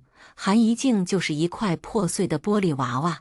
看着韩一静透亮的皮肤，林玄俊不觉也笑了出来。我想他，想了很久了。我想见他。韩一静提到他，就是满脸的笑容和幸福。他叫什么？林玄俊问。欧明轩。韩一静幸福地笑着。他总是陪着我，哄我睡觉。没有他在身边，我会难过。韩一静说着，却又变得不高兴了。原来是欧明轩。韩一静喜欢上了欧明轩，但是欧明轩也许就是害了韩一静的那个人。林玄俊有些迟疑了。一静，咱们不找他好不好？哥哥也能陪着你，陪你睡着，让你安心。林玄俊不敢把一只恶狼引进韩一光的家，只能拒绝。你也不帮我。韩一静失落地转过脸，像刚才的样子一样，那个模样让任何人看了都会心疼。更何况韩一静的天使笑容是林玄俊心中最美的片段，甚至林玄俊觉得比韩一光在自己的心中都要重要。韩一光做了炒饭，韩一光和韩一静在一起相处，总是不能让韩一静开口说一句话。韩一光也不知道是怎么回事，韩一光对韩一静百依百顺，可韩一静却更加的冷淡。一静，吃口饭，来。多像是韩一静小的时候，那时韩一光已经10岁，而韩一静却还是一个5岁的小妹妹。每天韩一光要代替妈妈的角色来照顾自己的这个妹妹，唯一的妹妹。韩一静谁都不理，只是自己一个人摆弄着手指头。林玄俊说：一静，你好好的吃饭，我帮你找那个哥哥，好不好？林玄俊只想看见韩一静过得好，能像她的姐姐一样的坚强起来。韩一静太过柔弱，没有韩一光的坚强和勇敢，让人放心不下。林玄俊代替韩一光来哄着韩一静吃饭，这也是他想做的。韩一光没有想到的是，林玄俊对韩一静的爱已经埋在了心里，只是他自己没有发觉。韩一光这个时候也一样没有发觉。一碗饭被韩一静吃净，林玄俊细心地帮韩一静把嘴边的饭粒擦下去。这时候已经到了晚上，韩一静哭闹着不愿意去睡觉。每个晚上，韩一光都是这样的手忙脚乱。林玄俊一样也心疼韩一光这样要强的女孩子。林玄俊心中毕竟有着韩一光很大的位置，一直不能抹去。一静，哥哥带你睡觉好不好？林玄俊对韩一静充满耐心，韩一静哭闹着，就是不愿意去睡。等韩一静闹累了，靠在林玄俊的腿上睡着了，韩一光在夜里才能暴露出自己的脆弱。我没有照顾好他，韩一光自责地说，以后我和你一起分担，只要你愿意。林玄俊的承诺在韩一光的面前，韩一光看着自己憔悴的熟睡着的妹妹，感激着，感动着，谢谢你，有你的陪伴，我的生活不再有沉重。林玄俊答应了韩一静会找欧明轩来，就一定会做到。韩一光白天会到公司上班，这些天欧明轩对自己的态度冷淡了很多，这都是喜欢上一个人才会有的表现。在韩一光的口中，欧明轩是外人，是他公司的上司。好吧，欧明轩就做好了一个上司。清晨的外面下着细细的雨，欧明轩趁着外面的微凉，想散散步，于是放弃了一直开车的习惯，在路上走着。天是阴暗的，即使只是一场小雨，可是即使是小雨，在炎炎的夏日，也是暴风雨的前兆。欧明轩被自己爱上的女人拒绝，这是第一次被自己看上的女人拒绝。欧明轩从没有这样的感觉。韩一光与他从前见过的任何一个女人都不同，韩一光这样的独立和干练，让欧明轩为他倾倒，一直走到了公司。欧明轩的身上有些微微的发寒。让公司的职员见到欧总的落寞，从来都是不容易的。欧明轩前几年失去了母亲，也只是请假了1天。那个时候，每个公司的职员都知道，欧明轩的那个早晨是自己步行来的公司。今天欧明轩也是步行，大家都在猜测，欧明轩的家里是不是又出了什么事情？可是谁都没有接到消息，大家也不知道是怎么回事。一向温和的欧明轩今天没有那么多的话，直接进了办公室。韩一光早就来了，看着欧明轩的情绪没有说话，而现在手上有一份文件需要签字。韩一光在想怎么拿过去让欧明轩签了，最终韩一光还是走了过去，说：欧总，这份文件需要签字。韩一光把文件放在欧明轩的面前，欧明轩默默地签了字，什么话也没有说。韩一光拿过文件，欧明轩的表现让韩一光尴尬。欧明轩见韩一光还在面前，问：你还有什么事情吗？韩一光摇摇头，没有，倒是像自己犯了错一样的。韩一光好像觉得自己伤了他的心，说话磕磕巴巴。没有你忙吧？欧明轩礼貌地说道。欧明轩不想和韩一光再废话，对于欧明轩来说，现在的每一句都是废话。韩一光没有给欧明轩机会，欧明轩也不会再多一些温柔。欧明轩一个下午都在座位上坐着，什么事情都没有做。韩一光在一边忙得不可开交。欧明轩要是不动手的话，这些事情都要他自己来做了。这个助理不是秘书，什么事情都要韩一光先看过之后再交给欧明轩。东浩燕在这样的时间里，一样在办公室什么都没有做。东浩燕也想念着韩一光，想着韩一光现在过得好不好，有没有什么事情。东浩燕多想帮忙，现在韩一光已经不需要他了。韩一光有了欧明轩，现在林玄俊也回来了，根本不需要东浩燕再像从前那样的帮任何的忙了。电话声响起，东浩燕看着号码，是金木雪的。挂断之后又打来，再挂断还是打来，终于东浩燕接听了电话。喂，东浩燕心里厌恶极了金木雪。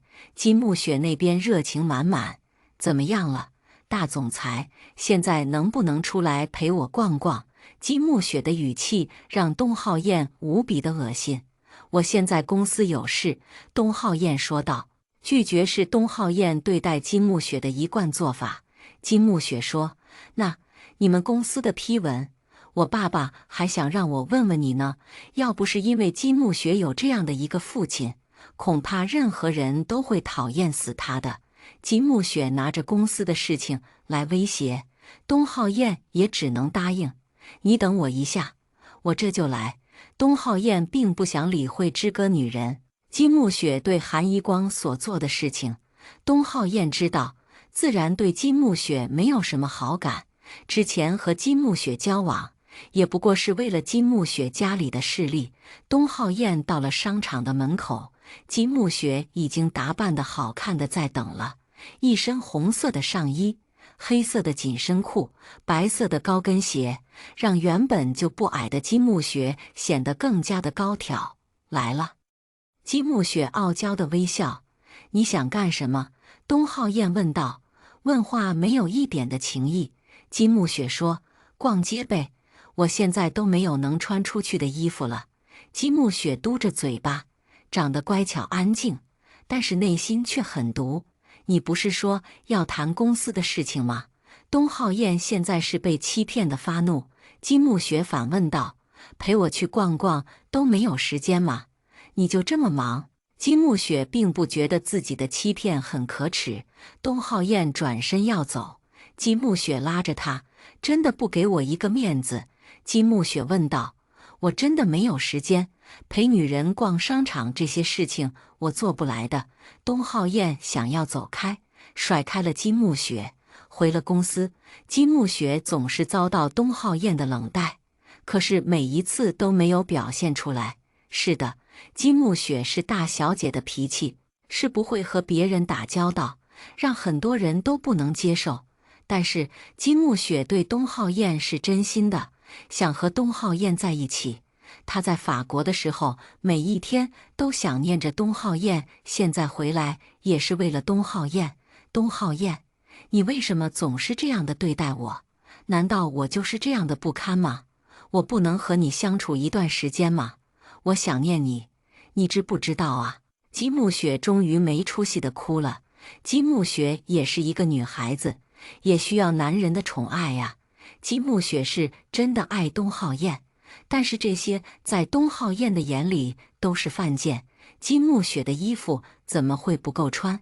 只是想和东浩燕在一起，像个情侣一样的逛街。金木雪身边的追求者无数，但是只对东浩燕倾心。东浩燕，我真的这么让你看不上吗？是我不够漂亮，还是我不够贴心？我是真心，我是真心。你能不能知道？金木雪在大街小巷走着，任由自己的眼泪掉下。金木雪是那么骄傲的女孩子，从来不会为了什么人伤心。金木雪，你被那个叫东浩燕的男人被动地绑架了，你知道吗？金木雪，她的眼泪不停地流下，一步一步地在街上闲逛，没有任何人的陪伴，没有任何人的安慰。欧明轩这时在楼上，没心思批文件，没心思做任何事情，一声不响地下了楼。两个一样伤心的人就在一个微雨的上午相见，一个落寞神伤，一个濒临破碎，这样不期而遇。欧明轩和金木雪迎面。欧明轩当然认识这个女孩子，她的家世如此显赫，谁不知道金木雪的名字？在他们这些孩子中间，金木雪是最嚣张跋扈的一个。现在的泪人儿真的是他吗？金木雪也认出了欧明轩，欧家的少爷，小时候就会和每一个孩子搞好关系，谁都看不出来欧明轩心里想的事情。金木雪对这样圆滑世故的男人向来没有好感。金木雪现在的骄傲被东浩燕全部抹去，现在只是一个恳求宠爱的小女孩。即使金木雪什么都不缺，她拥有所有的女孩子都想要拥有的一切：美貌、爱慕、财富，可是就是求不来东浩燕的心意。欧明轩莫名地和金木雪搭讪：“哟，这不是金大小姐吗？”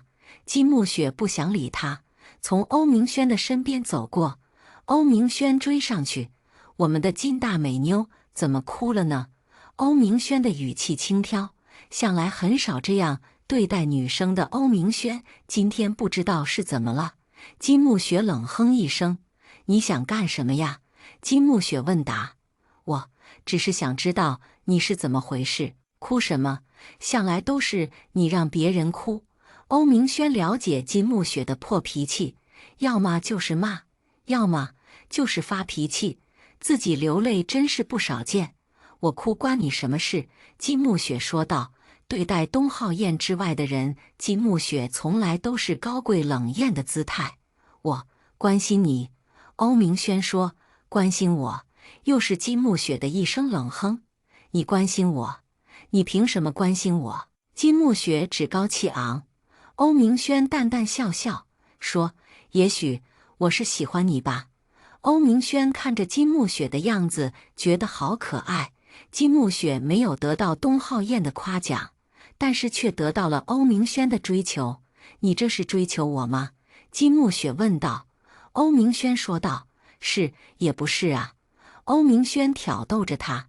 金木雪向来都是玩弄男人的，今天对待欧明轩的玩弄，顿时有了兴趣。那你想怎么办？金木雪问道。欧明轩追求女生是信手拈来，咱们逛街、看电影，陪你过山车，好不好？金木雪摇摇头，不好。那就压马路，我念诗给你听。欧明轩又问，金木雪还是摇摇头。欧明轩想不到办法，说：“那好，你说想怎么样？”金木雪可不是一般的女孩子，这些俗气的玩意儿怎么能让她动心？金木雪说：“我想要你娶我，敢不敢？”金木雪一字一句地说，眼睛里面都散发着高贵的光芒。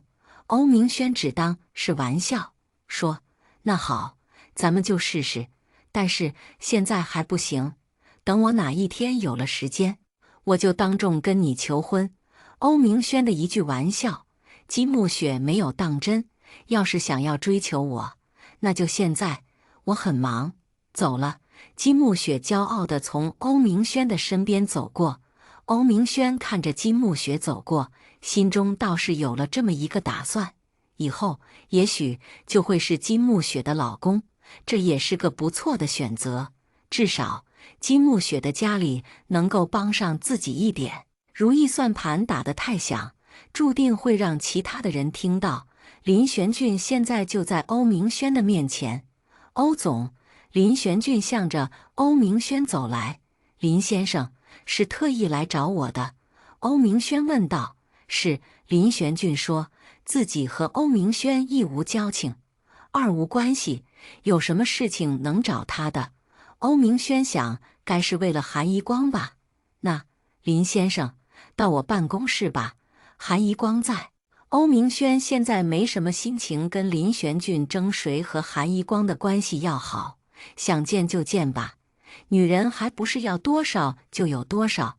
林玄俊说：“欧总，我是来找你的。”林玄俊这次来是为了韩一静。欧明轩认为林玄俊来这里的原因是为了让自己不要再去找韩一光，说：“我和韩一光没有什么关系，只是公司的同事。”欧明轩先将自己现在的态度说明。林玄俊说：“我找你是为了一静，他现在想见你。”林玄俊是韩一静的大哥哥，但是却没有欧明轩在韩一静的心里重要。欧明轩现在和韩一光没有什么关系了，所以就没有必要和韩一静再有什么纠缠。我现在公司还有事，等等有时间了，我回去见他的。欧明轩这样说，明明就是拒绝。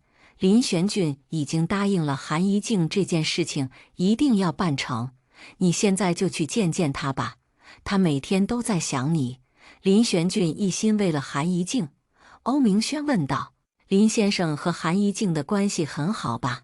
我只知道你和韩一光的关系好，却不知道你和他的妹妹交情也好，这么卖力地帮着韩一静，那个女孩子的心思太狠毒，恐怕不会记你的好。我看林先生还是不要管她了。”欧明轩早就看出了韩一静的心思，嫉妒是女人的天性。现在韩一静为了喜欢自己而害韩一光，这些事情欧明轩是亲眼所见。欧明轩现在是善意地提醒林玄俊，以免被伤到。林玄俊不会理会这些的，说：“一静是喜欢你，你就没有一点点的感动吗？这样纯洁的女孩子，你就不能善待她吗？”林玄俊的心里，韩一静依然是那个纯洁单纯的女孩子。欧明轩还是一样的回答：“这个女孩子跟我没有任何的关系。韩一光是我公司的员工，我没有必要去刻意的关心他的妹妹。”欧明轩礼貌地说：“我现在要回去了，手上还有很多的事情要做。林先生要不要的到我的办公室去坐坐？”林玄俊知道没有什么可能了。好，那我不打扰了，再见。林玄俊和欧明轩各自走开。欧明轩对韩一光没有了任何的想法，这个女人只是让欧明轩动心了一次。最重要的是，韩一光是林玄俊的工具，所以他的妹妹怎么样，现在和欧明轩没有任何的关系。只要韩一静一直是现在的痴傻样子，欧明轩的计划才能成功，绝对不会再去关心韩一静。再说，韩一静的不再纯洁都是他一个人做的，让韩一静变成现在这个样子的人，就是欧明轩他自己。那么，从现在起，韩一光才是最重要的一环。凭着韩一光的工作能力和生意头脑，让兰雅成为欧氏的公司，就是分分钟的事情。林轩俊不知道怎么和韩一静去说欧明轩不想见他，还是说欧明轩会过些时间再去见他。韩一静现在脆弱到了极点，怎么样才能让韩一静变得好起来？而欧明轩才是韩一静的良药。林轩俊却没有办法把欧明轩请到韩一静的面前来。韩一静在阳台看着外面的风景，一直在等着林玄俊将欧明轩带到他的面前。欧明轩的音容相貌都在韩一静的记忆中挥之不去。欧明轩，韩一静的心里满是欧明轩的名字，满是欧明轩的声音，满是欧明轩的模样。韩一静见到林玄俊的第一句话就是：“他来了吗？”韩一静如此迫切地想要见到欧明轩，但是等来的却是一场空欢喜。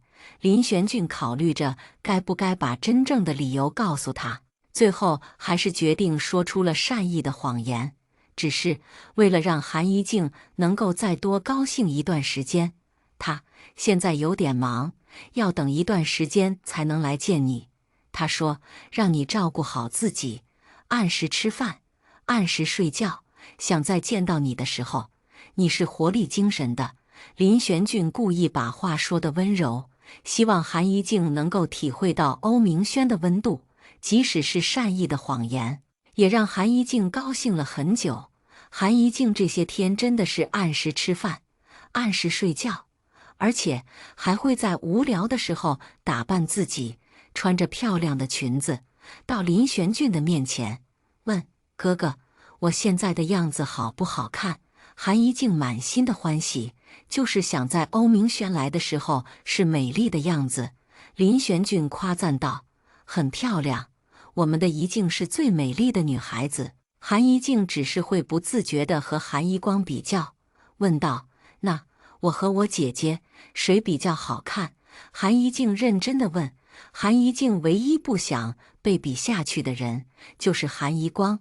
韩一光在韩一静的心里就是一座不能逾越的沟壑。林玄俊不知道韩一静心里的想法，只是欧明轩那时候的警告，林玄俊现在才想起来，为什么让自己不要再掺和韩一静的事情。这个纯洁美丽的女孩子，怎么都不可能让人联想到邪恶。一系列的贬义词语，和你的姐姐是两种美丽，你是一光的妹妹，当然你们也会有相像的气质。林玄俊回答。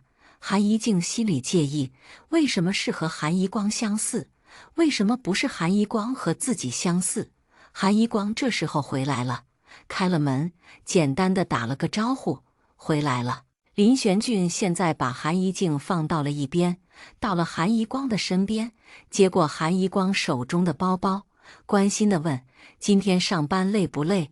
韩一光对着林玄俊笑笑：“不累，每天的都是那么多的事情，哪有什么累不累的？”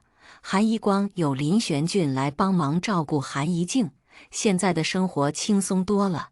欧明轩对韩一光是什么态度，对韩一光来说没有任何的影响。现在韩一光的心里只有韩一静和林玄俊，还有那个让他恨死了的东浩燕。东浩燕毁了他的家，毁了他的妹妹。韩一光的计划正在开始展开，不过几个月的时间就会完结。到时候，东浩燕，你就等着吧。你一心想要得到的蓝雅集团不会姓东，而是会姓欧。即使不是韩家的公司，也不会是你的公司。韩一光亲昵地到韩一静的身边：“一静，今天好不好？”韩一光拥着韩一静，现在他的小妹妹才是自己最亲的人。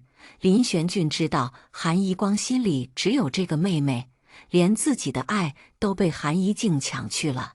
可林玄俊爱韩一光，所以就会加倍的把失去的爱给韩一静，也许还会有一些爱情。林玄俊说：“一静，今天在家很好，你看她现在正在挑裙子。”韩一光这才注意到韩一静身上的漂亮裙子。“好妹妹，你好漂亮啊！”韩一静不喜欢韩一光赞美自己，躲开，问道：“那是你漂亮，还是我漂亮？”韩一静的语气认真，在韩一光的眼里，当然是自己的妹妹漂亮了，当然是一静漂亮了。姐姐怎么有你漂亮呢？韩一光笑着说道，拉着韩一静坐到自己的身旁。韩一静清醒了一些，问道：“姐，那明轩哥哥什么时候来呀？”韩一光提到这个人，总觉得害怕，说：“一静，你不要再见那个人了。”韩一光明显地告诉韩一静不要见欧明轩。韩一静立刻变了脸，说：“你凭什么不让我见他？我想见他，是不是你不让我见他的？”韩一静的情绪激动，韩一光还是说：“一静，只有在姐姐的身边，你才是安全的。你不要再想着其他的人了，他们会伤害到你的。”的确，只有在韩一光的身边，韩一静才是安全的。这么长的时间以来，只有韩一光是真心对待韩一静的。可是韩一静却被嫉妒蒙蔽了双眼。林玄俊也帮着说：“一静，有我和你姐姐陪着你不好吗？为什么一定要见那个人？”林玄俊接着说：“我们的一静这么的漂亮，找什么样子的男人不行啊？”韩一静不会把这些话当成好话来听的，说：“你们就是不想让我见他，是不是他得罪你们了？你们是不是不愿意见他？可是我愿意，我愿意见他，我想他了，每天都在想。”韩一静说的时候，眼睛里泛着泪花。林玄俊上前安慰：“不是的，一静，不是的。好，我会让你见到他的，不是和你说了吗？等他忙完了之后，就会见你的。”林玄俊见不得韩一静的眼泪。欧明轩现在忙着和金木雪联系，金木雪家的电话他是有的，所以直接打到了他的家里。金木雪那边是慵懒的声音：“什么事情啊？”金木雪还没有睡醒，因为哭了很久的关系，现在的眼睛又红又肿。“你怎么不问问我是谁呀？”欧明轩那边挑逗的语气对着金木雪。欧明轩就是喜欢用这样的语气。金木雪睡昏了头，听出了是欧明轩的声音：“是你呀？现在我可以问问你有什么事情了吗？”金木雪依然傲娇。欧明轩说：“我呀，就是有一点想你了，想去看看你，所以先打个招呼。”欧明轩说道：“不知道为什么，是不是被韩一光伤的难过，所以才找到了一个自己根本不喜欢的类型来谈恋爱？想我？”金木雪冷笑道：“你凭什么想我？不是和你说了，想和我在一起？有本事！”和我结婚。欧明轩说：“那我现在先跟你行了房事行不行啊？”欧明轩现在没有了总裁的彬彬有礼，变成了一个地痞流氓。只听金木雪那边爆了粗口：“滚蛋！”欧明轩听着金木雪的骂声，似乎还很愿意听。你说不愿意我去见你，我就不去了吗？欧明轩到底是去了金木雪的家，按了门铃，开门的是金木雪家的保姆。先生，您找谁？找你家的小姐。欧明轩直接进去了。欧明轩上了楼，挨个房间的找金木雪。金木雪正睡觉，欧明轩看见了一个睡美人在床上躺着，头发蓬松，眼睛红肿，香唇欲滴。进去把房门关上，爬上了金木雪的床。谁呀？金木雪被欧明轩弄醒，睁开眼，欧明轩就趴在自己的身上，惊慌失措。你想干什么你？金木雪瞪大了眼睛。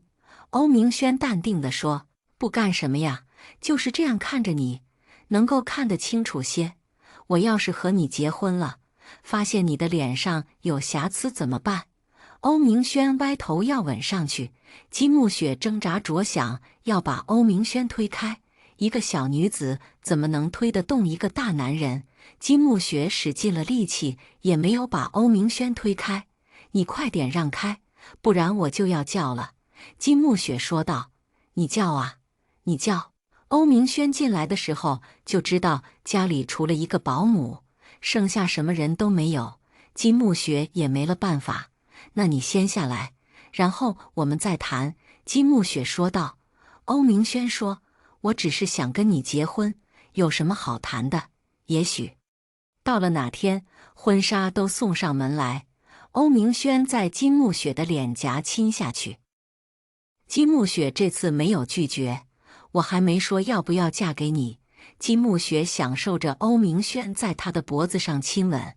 欧明轩没有时间理会，等一切完毕，躺在金木雪的身边，说：大概我不爱你，但是也许我们能够在一起。欧明轩只是接受了韩宜光和自己划清界限，但是没有接受自己不爱韩宜光。到现在他都是爱着韩宜光的。韩宜光看着这些天韩宜静的状态好了一点儿，大概是有林玄俊在照顾的原因，所以韩宜静现在的心情好了不少。林玄俊也搬到了韩宜光的公寓来住。早上起来，韩宜光睁开眼睛，看见躺在一边的林玄俊，心中的安稳无法表达。林玄俊翻了个身，之后醒来，眼前就是韩宜光那双水灵灵的眼睛。醒了，林玄俊轻轻地说。韩宜光看着林玄俊微笑。你笑什么？林玄俊问。韩宜光心中的快乐又有谁能知道？摇摇头。要不咱们今天带着宜静去玩玩吧。韩宜光想到的事情就是有关韩宜静的所有。好啊，林玄俊想也没想的回答。只是现在本来属于自己的宠爱全都成了韩宜静的。林玄俊嫉妒地说，现在你的心里除了你的妹妹还有谁呀？是不是把我都给忘了？林玄俊转过身去，韩宜光看着林玄俊的背影发笑，在后面抱住林玄俊说，怎么了？你还嫉妒我妹妹吗？韩宜光在林玄俊的侧脸吻下去，这个吻比任何的情话都要管用。宜光，你现在想不想和我结婚啊？林玄俊突然想到和韩宜光结婚的事情。到了现在，已经1年的时间了。如果那年韩宜光回来的时候，林玄俊就和韩宜光结婚，也许现在的孩子都该出生了。韩宜光没有考虑过这个事情，现在韩宜光已经是林玄俊的人了，有没有那个仪式还重要吗？韩宜光很想现在就答应了他，只是上一次的婚姻已经让韩宜光受尽了煎熬。林玄俊一定会对韩宜光好的。韩宜光从不怀疑林玄俊的真心。你会不会在意我已经结过1次婚？韩宜光担心的是这个。林玄俊不在意的。他当然不介意。韩一光是真心的爱他，所以林玄俊不会计较这些。唯一计较的就是韩一光是否把整颗心都放在自己这里。我只想和你在一起，我们把婚礼办了吧。林玄俊现在已经迫不及待。韩一光已经有了一次婚礼，那一次，那3个字我愿意说得如此的牵强。现在他们可以有自己的婚礼了，终于是韩一光心甘情愿地嫁给一个人，好不好？韩一光没有回答。林玄俊赶忙又问，韩一光点点头。林玄俊的一颗心终于放下来了。收拾好了床铺，韩一光和林玄俊带着韩一静到了商场。韩一静在一边试着衣服，而韩一光和林玄俊却被一身婚纱吸引。这件我们结婚的时候你穿着好不好？林玄俊问道。那件雪白的婚纱就在橱窗里放着。韩一光看着那件婚纱，和自己那年穿的是完全不同的2种风格。这件温婉纤细，就是和林玄俊在一起的感觉很相配。我喜欢这件。韩一光一眼就看上了这件婚纱，这是一个新的开始，和那个叫做东浩燕的人立刻划清界限的开端。这次韩一光能够回到原点，能够将一切都归零。可是该发生的事情都发生了，就像现在，即使林玄俊就在自己的面前，他的长相和以前没有任何的差别，但是却不是1年前的那个他。韩一光的心里已经埋藏了太多的痛苦和悔恨。是谁将他的命运改变？是谁让韩一光的世界灰暗，而后又充满了光明？那时候，一切的爱护都来自那个叫做东浩燕的男人。韩一光无可否认的，之前真的爱过东浩燕，并且是完全的爱上了东浩燕。林玄俊和韩一光的眼光很相似，他们喜欢上了同一件婚纱，他们是真正的天作之合。就在这时，东浩燕也出现在了这里，他身边的女人是金木雪。这是在韩一光面前大秀恩爱的2个人。那次韩一光的身上有着很重的病，韩一光不会忘记，是他们在自己的面前做尽了令人恶心的事情。韩一光不在乎东浩燕是否另有新欢，而在乎的是东浩燕抢了他的一切，包括尊严。东浩燕一回头也看见了韩一光，韩一光看起来很美。居家的韩一光是简单而朴素的，虽然这是东浩燕第一次见到韩一光这样的打扮。韩一光和他的婚姻只有短短的几天，是东浩燕哄骗着韩一光成为了自己的新娘，也是东浩燕亲手结束了这段婚姻。金木雪随着东浩燕的眼神看去，原来韩一光也在这里。凭着金木雪的脾气，就是会到韩一光的面前去羞辱他一番。金木雪以为东浩燕和韩一光离了婚是因为自己的计划成功了，却不知道这是东浩燕和金木雪共同努力的结果。怎么，见到就爱，想起什么事情了？金木雪看向东浩燕，那咱们就去看看他吧。从前的夫妻，到现在也是有些亲密的关系啊。金木雪挽着东浩燕的胳膊，到了韩一光的面前。韩小姐。金木雪眼神锐利，笑里藏刀。韩一光险些在他们面前失态，调整了一下，说：“你们2位终于在一起了，那真是恭喜了。”韩一光回以自信的微笑。东浩燕的脸上没有什么变化。现在林玄俊和韩一光从归于好了，他没什么可说的了，只能祝贺，也恭喜你们了。是来挑婚纱的，东浩燕说道。韩一光对东浩燕向来没有好态度，说：“是啊，我现在要和玄俊结婚了，迟了1年的时间。”韩一光故意提到了之前，东浩燕的心里一阵刺痛。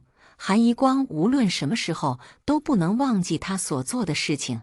东浩燕伤了韩一光太多了，东浩燕亏欠韩一光的太多了。东浩燕除了一句恭喜，说不出其他。曾经，在他和韩一光结婚的那个礼堂，证婚人所念的誓词，现在还在东浩燕的耳边回响。韩一光那天太美了，美丽的让他无法忘记。金木雪打量了林玄俊一番，说：“你好，我叫金木雪。”伸出手来。林玄俊知道金木雪这个人，韩一光曾经把他的伤痛全部告诉了林玄俊。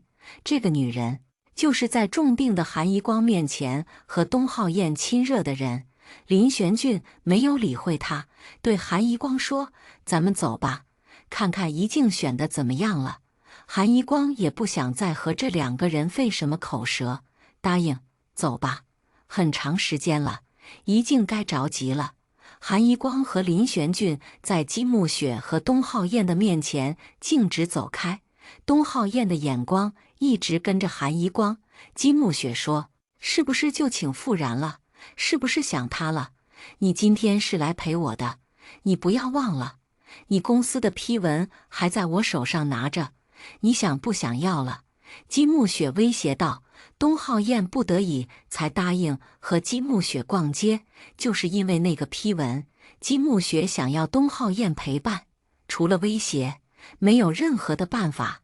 东浩燕回过神来看着金木雪：“你要我来陪你逛街，我做到了，你还要怎么样？”东浩燕对金木雪满是厌烦：“不想怎么样，咱们继续逛吧，我累了，你背着我。”金木雪听着东浩燕说话语气中的不耐烦，就觉得生气。东浩燕真的背起了金木雪。商场的人看着东浩燕和金木雪的举动，都觉得是情侣。在来来往往的人流中间，金木雪感受着东浩燕的温度，即使这温度不是出自自愿。金木雪看上了那件婚纱，拍拍东浩燕的脸，说：“等等。”到那间婚纱店去看看。东浩燕走进那家婚纱店，金木雪从东浩燕的背上下来。导购员说：“你们二位是要办婚礼吗？我们这里的婚纱是今年的新款，办婚礼，这是金木雪希望的事情。”“是啊，我们是要办婚礼了。”金木雪说着，回头看着东浩燕。即使东浩燕的脸上没有任何的表情，金木雪一样不在意。金木雪换上了那件婚纱，在镜子前面看着自己：“浩燕，我嫁给你好不好？”认真地问着。东浩燕没有回答，转过身去。在东浩燕的心里，韩一光才是唯一的新娘。金木雪被东浩燕冷对，还是买下了这件婚纱，把这个包起来。金木雪拿着这件婚纱，在东浩燕的身边经过，停下，说：“你不愿意，我知道，可我爱了你那么久，你就没有感动过吗？我哪里比不上韩一光？你的眼睛里为什么只有他？”金木雪的问题没有得到答案。金木雪，你是不是应该恨眼前的这个男人？他是不是很不知好歹？你花了心思，费了时间，可是就是不能让他正眼看看自己。金木雪，现在你想不想放弃？放弃这个感情，让自己离开这个人？可是我真的好舍不得，我爱他，并不是从今天才开始。金木雪拨通了欧明轩的电话：“你来一下。”金木雪少有的语气低沉。欧明轩在家里一个人正无聊，怎么想起找我了？金大小姐，没人陪，你要不要陪陪我？金木雪问。欧明轩想也没想：“好啊，我正想你。”欧明轩开着车赶到了金木雪所在的街道。“你的奴隶在这里。”欧明轩下车说，笑脸对着金木雪。近距离的看过金木雪之后，发觉她真的是很美。韩怡静在店里面挑衣服，韩怡静和林玄俊手拉着手在一旁等着韩怡静，这样子像集了一家三口在一起逛街。林玄俊终于可以把韩一光娶回去了，两个人在一张大床上躺着。到了夜里，两人才是最亲密的时候，同床共枕。只有夜里，林玄俊和韩一光才能真正的安稳。林玄俊怀里的韩一光安静而温暖，林玄俊和韩一光就这样的抱在一起，安安稳稳。咱们是不是先把称呼给改了？林玄俊问道。要结婚了，现在可以先改称呼了。韩一光说。那，你先说，你叫我什么？韩一光什么时候都是强势的。林玄俊熟悉他的强势，说：我叫你叫什么？韩一光追问。韩一光什么时候都没有女生发嗲的样子。林玄俊故意的绕弯子。我现在还没想好，我要是叫太肉麻的，你会受不了。林玄俊想到的称呼都是韩一光不能接受的。林玄俊嗅着韩一光的发香，说：我们之间也许不需要这些，以后我每天都和你在一起，每一句话都是对你说的，不需要称呼了。林玄俊爱韩一光，可以把韩一光作为自己生活的全部，也可以在韩一光说不爱他的时候马上离开。东浩燕自己回了家，原来韩一光要结婚了。为什么？自己不是希望韩一光能够和林玄俊在一起吗？那为什么现在心里是嫉妒和不愿意的感觉？为什么会这样？东浩燕知道自己不想把韩一光让给别人，所以韩一光的婚礼，东浩燕是一定会插手的，即使是让韩一光再次的痛苦，东浩燕也会去做。天是明媚的，林玄俊和韩一光只租了一个小小的场地，来祝贺的也都是楼上楼下的邻居和林玄俊在大学的同事、学生。韩一光的同事欧明轩自然也到场了。这是韩一光的婚礼。欧明轩在韩一光与东浩燕的婚礼中是朋友或者陌生人的关系出现，现在是以合作伙伴的关系到了韩一光的婚礼。主婚人是林玄俊的母亲，林母已经不是1年前的憔悴样子。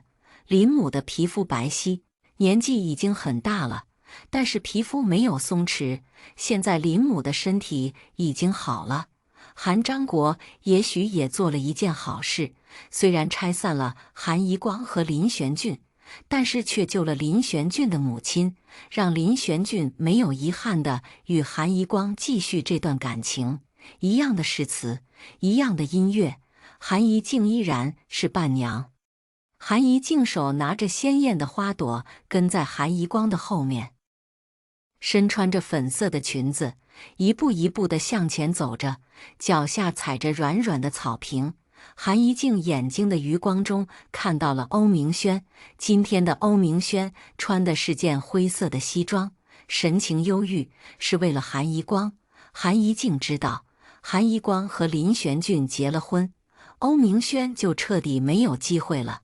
韩一静希望韩一光能得到幸福，但是更主要的是，从此以后，韩一光和欧明轩不会再有任何的可能。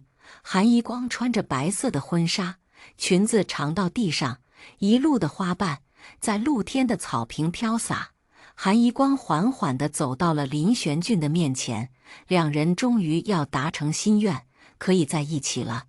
1年的时间，不长也不短，两人最终还是要走到一起的。香槟朝着天上喷洒，喜庆在每个人的脸上。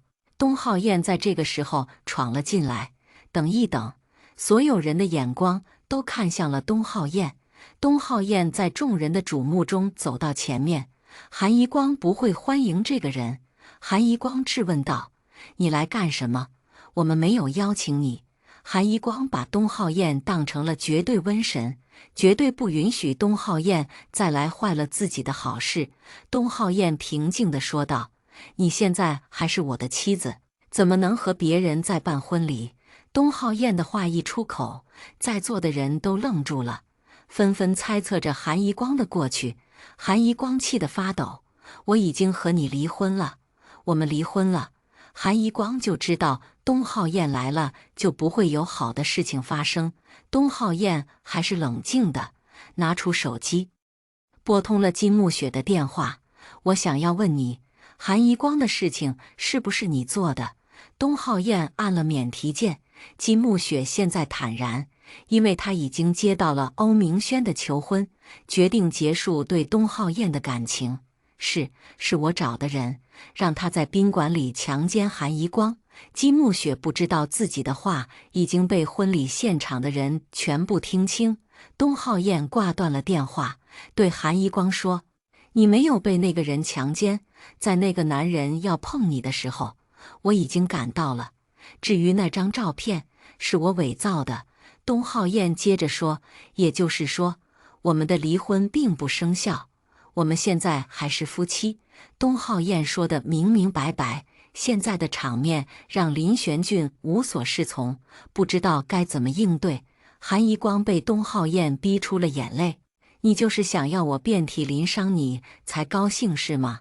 是不是一定要我遍体鳞伤你才能安心啊？”韩一光哭喊着。林玄俊的母亲扶住韩一光，对东浩燕说：“现在一光是我的儿媳妇了，她和你早就已经离婚了。你现在来是什么意思？离婚了就是离婚了。”林玄俊的母亲知道韩一光所受的苦，也知道林玄俊和韩一光的感情。东浩燕继续说道：“我们没有离婚，在法律上，我们的婚姻还是有效的。我劝您还是相信我说的话，不然韩一光就会因为重婚罪而受到法律的制裁。”东浩燕为了达到自己的目的，什么手段都能用出来。林玄俊沉着脸走到东浩燕的面前，用警告的语气说：“东浩燕，你这样对待一光，以后是会有报应的。即使你没有报应，我也不会让你好过。”林玄俊那时候听东浩燕说想看见他和韩一光在一起，林玄俊以为东浩燕是真心的想要补偿韩一光，没想到只是为了再次伤害韩一光。林玄俊扯下胸前写着新郎的红花，扔在地上，拉着满脸眼泪的韩一光离开了这个让韩一光难过的婚礼场地。这里明明是两人幸福的记忆，却变成了痛苦的记忆。欧明轩仍是冷冷地看着他们，好一出闹剧。东浩燕，你做得越绝，我吞并兰雅的机会就会越大。欧明轩打着自己如意算盘，等着和金木雪结了婚，这事情就会更加的好办。金木雪虽然嚣张跋扈，但是也不失可爱。韩一光穿着婚纱，被林玄俊带回了公寓。林玄俊抱着韩一光，两人依偎在一起。一光，没事，没事。林玄俊安慰道：“我想把自己嫁给你。”韩一光只是冷冷地说了这一句。林玄俊和韩一光一样的痛苦，马上两个人就会是夫妻了。东浩燕在这个时候来搅局，让林玄俊在婚礼上的颜面扫地，而且还说出了韩一光被人强奸的不堪的往事。韩一光好不容易从1年前的阴影中走出来，让自己放开了心，差一点儿就能全部忘记，差一点儿就能和林玄俊在一起，在今天被东浩燕全部毁了。韩一光更加怨恨，林玄俊还不是一样的吗？日夜思念的女人，终于可以名正言顺地留在自己的身边，却被东浩燕再次破坏。一次不够，还要2次吗？东浩燕的目的终于达成了。在婚礼的现场只剩下他和韩一静的时候，东浩燕的快感全都烟消云散。现在东浩燕是高兴和痛苦并存的。高兴的是，韩一光总算没有成为别人的妻子；痛苦的是，韩一光永远都不可能成为自己的妻子。东浩燕不断地在韩一光的身上划出伤口，然后在韩一光的伤口上撒上盐水，让韩一光痛不欲生。东浩燕，你是怎么了？你那么的深爱着韩一光，却只能不断地伤害他。韩一静跌坐在这片草坪上，韩一光受了委屈，做妹妹的当然是心疼的。东浩燕，你现在满意了吗？韩一静嘲笑地问道。东浩燕回头看着韩一静说道：“我满意了，满意。东浩燕自嘲地笑笑。韩一静哀怨地看着天，也是这样的天气，你和我姐姐还有我爸爸一起到一家婚庆公司去看婚纱，那时候的你为什么不是现在的这副嘴脸？东浩燕也在想，那时的自己是不是对韩一光已经动心了？韩一光和林玄俊分别之后的思念、悲伤、痛苦、强颜欢笑，好像都是昨天发生的事情。东浩燕说，我就是为了蓝雅集团才会对你们姐妹好，是你们太傻，竟然会相信我，你们是太笨了，才会上了我的当。东浩燕依然嘴硬着，可是心里早就开始愧疚。韩一静问，你已经达到了目的，为什么还要害我？我没有，我已经得到了蓝雅集团，为什么还要去害你？东浩燕回答说，恐怕你要问问这事情是不是欧明轩做的。韩一静一口否认，不会是，明轩哥哥很疼我，不会做伤害我的事情，是你，一定是你。韩一静在为一个把自己当作利用工具的男人辩解。欧明轩从韩一光的婚礼场地出来，直接到了金木雪的家。欧明轩进了金木雪的家门，里面散发着酒臭气。金木雪坐在地上，靠着沙发，身旁是倒放着鹅瓶子。大小姐，你喝了多少酒啊？欧明轩问道。金木雪搂着欧明轩的脖子，说，你想陪我喝几杯？金木雪真的喝醉了，遮掩的伤心，当然是为了东浩燕。你的心上人去闹人家的婚礼了。欧明轩说。金木雪笑笑，是吗？管他呢，现在我只关心我的事情。你不是想和我结婚吗？那咱们现在就结吧。金木雪站起来，到自己房间的柜子拿出那件婚纱，穿在身上，一步一晃地走到欧明轩的面前。你看，我穿着这个婚纱好不好看？是不是比那个韩一光和东浩燕结婚的时候要好看？这个婚纱就是我为了自己选的，我想把自己嫁给东浩燕，可是人家不愿意和我在一起，现在我只能自己穿了，给你看，好不好？金木雪的样子让欧明轩的心里有些微微的疼。欧明轩一把将金木雪搂到自己怀里，说，傻丫头，你这么想那个男人干什么？他又不想你。金木雪也知道欧明轩喜欢着韩一光，说，傻子，你不是也想着那个女人吗？我也不知道那个韩一光有什么地方让你们这么的着迷，你、东浩燕还有那个林玄俊都那么的喜欢他，你说说他有什么好的？欧明轩的脑子里闪现出韩一光的种种美丽样子，职场的干练，做酒吧的招待时候的朴素，还有婚礼上的端庄，都是那么的吸引着欧明轩。欧明轩不想把自己的这些心事说给任何人听。大小姐，是不是嫉妒他呀？韩一光这个人，连他的妹妹都嫉妒他，你说他该是有多优秀的女人？欧明轩怀里抱着金木雪，宠溺地说道。金木雪眨着眼睛说，是她漂亮，她优秀，我比不上她。我呀，现在我也不用和这个女人比较了，因为我和东浩燕划清了界限，从前的事情我也都说清楚了，我不亏欠她什么了，说清楚就是不欠韩一光什么了吗？金木雪，你对韩一光做了多么不可原谅的事情，现在说出来就想没事了。欧明轩说，大小姐，你是对人家做了那样的事情，你现在以为说出来了就没事了？欧明轩想，金木雪简直就是蛇蝎心肠，和自己倒是很像。金木雪奇怪，你怎么会知道的？我没有对其他人说过呀。金木雪看着欧明轩问道。欧明轩回答说，刚刚东浩燕给你打的电话，你不是亲口承认的吗？金木雪听到这个事情阵阵发笑，原来是这么回事。我说怎么会让你知道？东浩燕啊，他的狠毒我是比不上了。金木雪和东浩燕是一样的人，都是为了爱而不择手段的人。欧明轩也跟着癫狂地笑，看来我们都是一样的人，只不过我是为了生意而不择手段的人。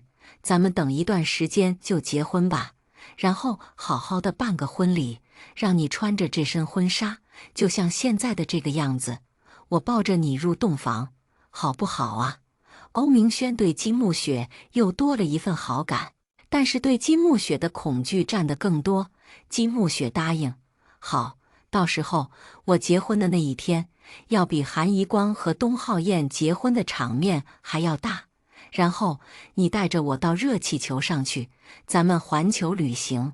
然后金木雪终于醉倒在欧明轩的怀里，这个时候金木雪才能安静。欧明轩把金木雪抱到了沙发上面，独自离开。韩怡光恢复了原本的生活，一样刚要去上班，一样要照顾韩怡静，只是上班的时候会有同事的指指点点。韩怡光不会被这些流言蜚语吓倒，她是坚强勇敢的韩怡光，这些事情在韩怡光的面前什么都不是，远远比不上失去情人的痛。韩怡静安静了许多，林玄俊也变得沉默，这些都是东浩燕犯下的罪。韩怡光便用更多的合同来坑害东浩燕。韩怡光接下来又和蓝雅公司签订了几份合约，等着一段时间过后，蓝雅公司就会完全吞并到欧氏集团来。东浩燕一直在想，自己对韩家的所作所为是不是错误的，所以想要到监狱去见被韩章国陷害入狱的父亲。也许见到了父亲，自己会更加坚定自己的信念。东浩燕拿起电话和父亲通话，父亲的口中说的无不是自己在监狱中过得不好，耳聋眼花的这些事情。或许东浩燕的父亲就是因为知道东浩燕太过对他用心，所以才能成功的将自己的仇恨注入到东浩燕的脑子里。东浩燕的每一天无不是为了父亲的叮嘱而活着，每一天都是为了夺回蓝雅集团而努力。东浩燕的心理和身体都不是自己的，都是为了继承仇恨的。爸，我是不是做错了？东浩燕突然问道。东浩燕的爸爸听到东浩燕的这句话，暴跳如雷，是他们的错，是他们，要不是韩章国陷害我，你和我现在都不会是现在的生活。你忘了你小时候是怎么过来的吗？你受到了多少人的白眼？东浩燕被父亲的吼叫喝住，不敢再说其他的话。东浩燕从监狱出来，满心的愧疚依然没有消除，好后悔，当初为什么要如此的对待韩怡光？如果东浩燕当什么都没有发生过，是不是韩怡光已经是自己的妻子了？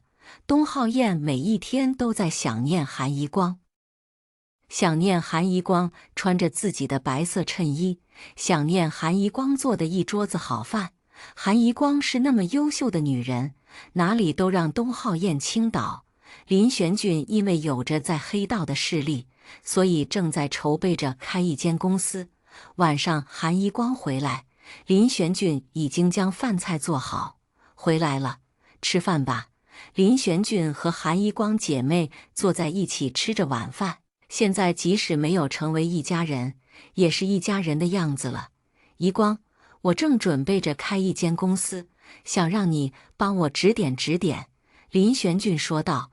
韩怡光立刻端起了架子，那好啊，那就拿出点诚意来吧。韩怡光说。林玄俊指着一桌子的菜说，这个还不够诚意呀。韩怡光撇撇嘴说，这些是小诚意，我想要个大一点的诚意。韩怡光说，什么？林玄俊追问。韩怡光喝了口水说，我想要你公司的30%的股份，你给不给？韩怡光现在就是一个生意场的女强人。林玄俊看着韩怡光，鄙视地说道，没看出来呀，你还跟你的家里人玩这样的手段呢？林玄俊给韩一光的碗里加了口菜。韩一光说：“现在的生意场上，没有收益的事情是不会有人做的。我帮你经营公司，什么都不要，也没从你的口袋里抢钱，我只想要你公司的股份，你都不愿意给吗？”林玄俊反击道：“你这还不是从我的口袋里抢钱啊？你要是有了股份，那就是定期的在我的口袋里拿钱了。怎么，你自己的家里人，你也这么斤斤计较的？”韩一光笑说：“林玄俊到底是说不过韩一光。”韩一光便开始帮林玄俊开始经营公司了。不过1个月的时间，公司基本上就已经到了正常的轨道上。林玄俊也在帮韩一光调查着欧明轩，至今没有什么头绪。韩一静想急了欧明轩，所以偷偷地从家里出来，到了欧明轩的公司外面等。现在这个时候，欧明轩正在和金木雪热恋着。韩一静就在远远的地方看见欧明轩从公司出来，刚刚想要打招呼，却看见一辆白色的奔驰车在欧明轩的前方停下，车里走出一个妖娆的女人，就是金木雪。欧明轩怎么会和金木雪在一起？韩一静奇怪，金木雪不是和东浩燕在一起了吗？是不是又是东浩燕的主意，让金木雪来勾引欧明轩的？东浩燕做这些事情都是为了韩一光。韩一静想着，把所有的错诱都推到了韩一光的身上。欧明轩和金木雪在一起拥抱亲吻，韩一静远远地看着，心里都是疼痛的。为什么自己就不能和欧明轩在一起？韩一光不是已经有了林玄俊吗？金木雪不是已经有了东浩燕吗？那为什么自己还是没有机会？韩一静看着欧明轩上了车，渐渐的远去。韩一静停在远处，孤孤单单，形单影只。韩一静默默的自己走回了家，家里只有林玄俊在。林玄俊正在找着韩一静，急得不行。韩一静要是不见了，自己怎么跟韩一光交代？这是韩一静回来了。林玄俊给韩一静开了门，关心地问道：“你到什么地方去了？怎么都不先打个招呼？你不声不响的就跑出去了，让我多担心啊！”韩一静趴在林玄俊的肩上掉眼泪：“哥哥，是不是我不够好啊？为什么姐姐有了你，欧明轩还是不来看我？我想见他。”林玄俊不知道怎么跟韩一静说，只是轻拍韩一静的背，当作安慰。韩一静说：“我今天去见他了，他和金木雪在一起，我好伤心呐。”韩一静的哭声越来越大。欧明轩和金木雪在一起了，这是怎么回事？欧明轩不是一直在喜欢遗光吗？金木雪和东浩燕还一起去逛街，怎么会和欧明轩在一起了？一静，你看到他们在一起了？林玄俊问道。嗯，韩一静点点头。林玄俊想着，这个东浩燕到底是怎么回事？为什么一开始就和金木雪不清不楚的，现在又来搅乱韩一光的婚礼？东浩燕的种种举动都让林玄俊捉摸不透，还是应该和东浩燕谈一谈。林玄俊到了东浩燕的公司，门口的保安不让林玄俊进去，林玄俊便硬闯了进去。东浩燕在办公室批阅文件。“你怎么来了？”东浩燕惊愕。林玄俊说：“我是想问问，你这个人到底是打的什么主意？什么事情？”东浩燕问道。保安退了出去，办公室只剩下东浩燕和林玄俊了。林玄俊说：“你去破坏我和韩一光的婚礼，你是什么意思？”东浩燕反问：“这与你有什么关系吗？”林玄俊坐下，说：“你那次和我说的话，我记得清清楚楚，你说的很诚恳，绝对不是撒谎。再说，破坏了韩一光和我的婚礼，对你来说有好处的话，就只有一个理由，那就是你爱上了韩一光。”东浩燕不答话。林玄俊再问：“你是不是喜欢韩一光？”你要是一个男人，就大方地说出来。”东浩燕说：“我现在没有心情和你说这些事，你先走吧。”东浩燕不想解释，因为这份爱情只能放在自己的心里。林玄俊说：“那我就要知道你和金木雪是什么关系。”林玄俊看着东浩燕的眼睛，看看东浩燕的眼中会不会有躲闪。事实上，东浩燕没有任何的躲闪，说：“没有任何关系。”那你为什么和金木雪一起羞辱遗光？林玄俊说道。东浩燕不想再废话，你快点走，不然我就叫保安请你出去。东浩燕威胁道。林玄俊知道问不出什么来，于是就从东浩燕的办公室离开了。回去的路上，林玄俊一直在想，这些事情究竟是为了什么？这些人的关系怎么会这样复杂地纠缠在一起？东浩燕一定爱上了韩宜光，至少东浩燕的爱太过极端，她是真心的希望林玄俊能够给韩宜光幸福，所以才会说那些话。至于金木雪的事情，没有任何的头绪。欧明轩为什么和金木雪搞在了一起？这是林玄俊想不到的。现在一切都变得纠结起来，只希望韩宜光不会再受到伤害。另外，韩宜静也许真的爱上了一个深深地伤害着他的人，一切矛头都指向了欧明轩。也许欧明轩就是挑拨是非的人，他在故意地制造韩宜光和东浩燕的矛盾。林玄俊需要抓紧找去搜索答案了，到底谁才是操控着这一切的人？韩宜光和林轩君没有结婚，虽然没有结婚，但是一点都不影响韩宜光和林玄俊每天的恩爱缠绵。韩宜静被韩宜光冷落，被欧明轩忘记，被所有人遗忘，没有朋友，没有亲人，唯一的姐姐现在忙着和自己的男朋友恩爱缠绵。韩宜静想不明白为什么自己就是这样的倒霉。姐姐差不多完成了大学的课程，现在完全可以自己养活自己。可是韩宜静却不同，她现在还是一个高中生，因为家庭的变故，被迫终止了学业，现在只能在韩宜光的身边生活，不然还能怎么样？韩宜静到现在还只是个小孩子，身边没有追求者。至于原来在学校的时候有追求者，那也是因为韩宜光是蓝雅集团的董事长韩章国的女儿。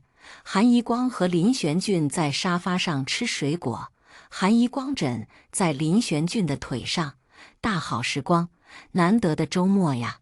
韩宜光一个星期才有一天这样的清闲日子，可是依旧要接到欧明轩催命式的电话。韩宜光拿起电话，喂，欧总，宜光，咱们公司前一段时间做的合同，现在你交给什么人负责了？合作伙伴是谁？欧明轩在周末也要在公司工作。欧明轩是个工作狂，金木雪和欧明轩在一起之后，也发现了欧明轩的这个独特的爱好。欧明轩所说的这个合同，其实就是为了坑害东浩燕的蓝雅集团的合同。韩宜光当然会清清楚楚地记着，说是一个小公司经手的。韩宜光说，欧明轩向来不愿意和小公司合作，有些不高兴道，咱们公司不和这些散户打交道的，你把这个合约取消了吧。欧明轩不知道这个合约是韩宜光用来对付蓝雅的，韩宜光也没有和欧明轩在之前打过招呼。韩宜光说，小公司比较保险，以后不会牵连到咱们公司的。韩宜光是不会放弃对东浩燕的报复的。取消合约，韩宜光绝不答应。你这是什么意思？欧明轩问道。欧总，这是要对付蓝雅集团的，为谁要取消啊？韩宜光反问。欧明轩听韩宜光说的，知道了这是韩宜光的一个计划。原来这样，那你这次要谈妥当了，不要和上次一样了，被东浩燕再抓到一次，咱们可没那容易逃脱。欧明轩警告道，这次要是出了事，欧明轩不准备帮韩一光顶着这个事情，因为韩一光现在和欧明轩没有任何的牵连，只是欧明轩公司的员工。放心，欧总，这个事情我会处理好的。还有几份合约都是对付蓝雅集团的，再过一段时间就可以都上手了。韩一光说，韩一光也并不想让欧明轩帮自己承担什么责任，只要达到了目的，让东浩燕受到惩罚，那韩一光就什么都不需要了。欧总，这个事情我会全权负责。韩一光在最后说道，这也省得欧明轩再和韩一光费什么口舌。好，不打扰了，今天是周末，本来就不该打扰你。欧明轩挂断了电话。林玄俊听到什么对付蓝雅集团的事情，问道：“你在做什么坏事啊？”语气玩笑地说。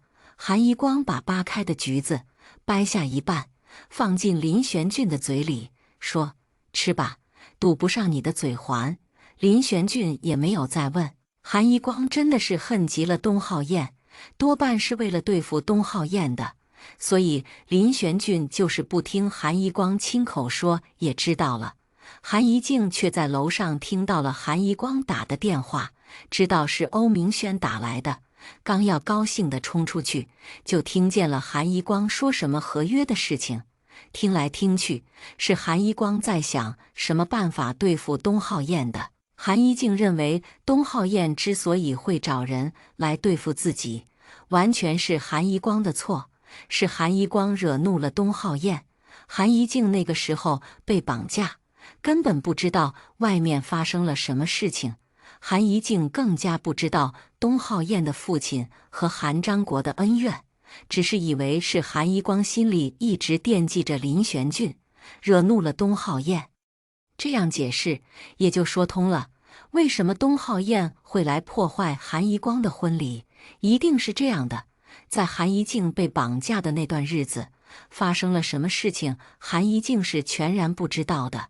韩一静就是不想把韩一光想成什么好人，就算不是和林玄俊有什么事情，也是和别的男人有什么问题，要不然就是韩一光在那个时候就企图破坏蓝雅集团了。现在韩一静的心里都是韩一光的不好，尤其是见到韩一光和欧明轩还有来往的时候，韩一光和欧明轩还有一个工作的关系可以来往。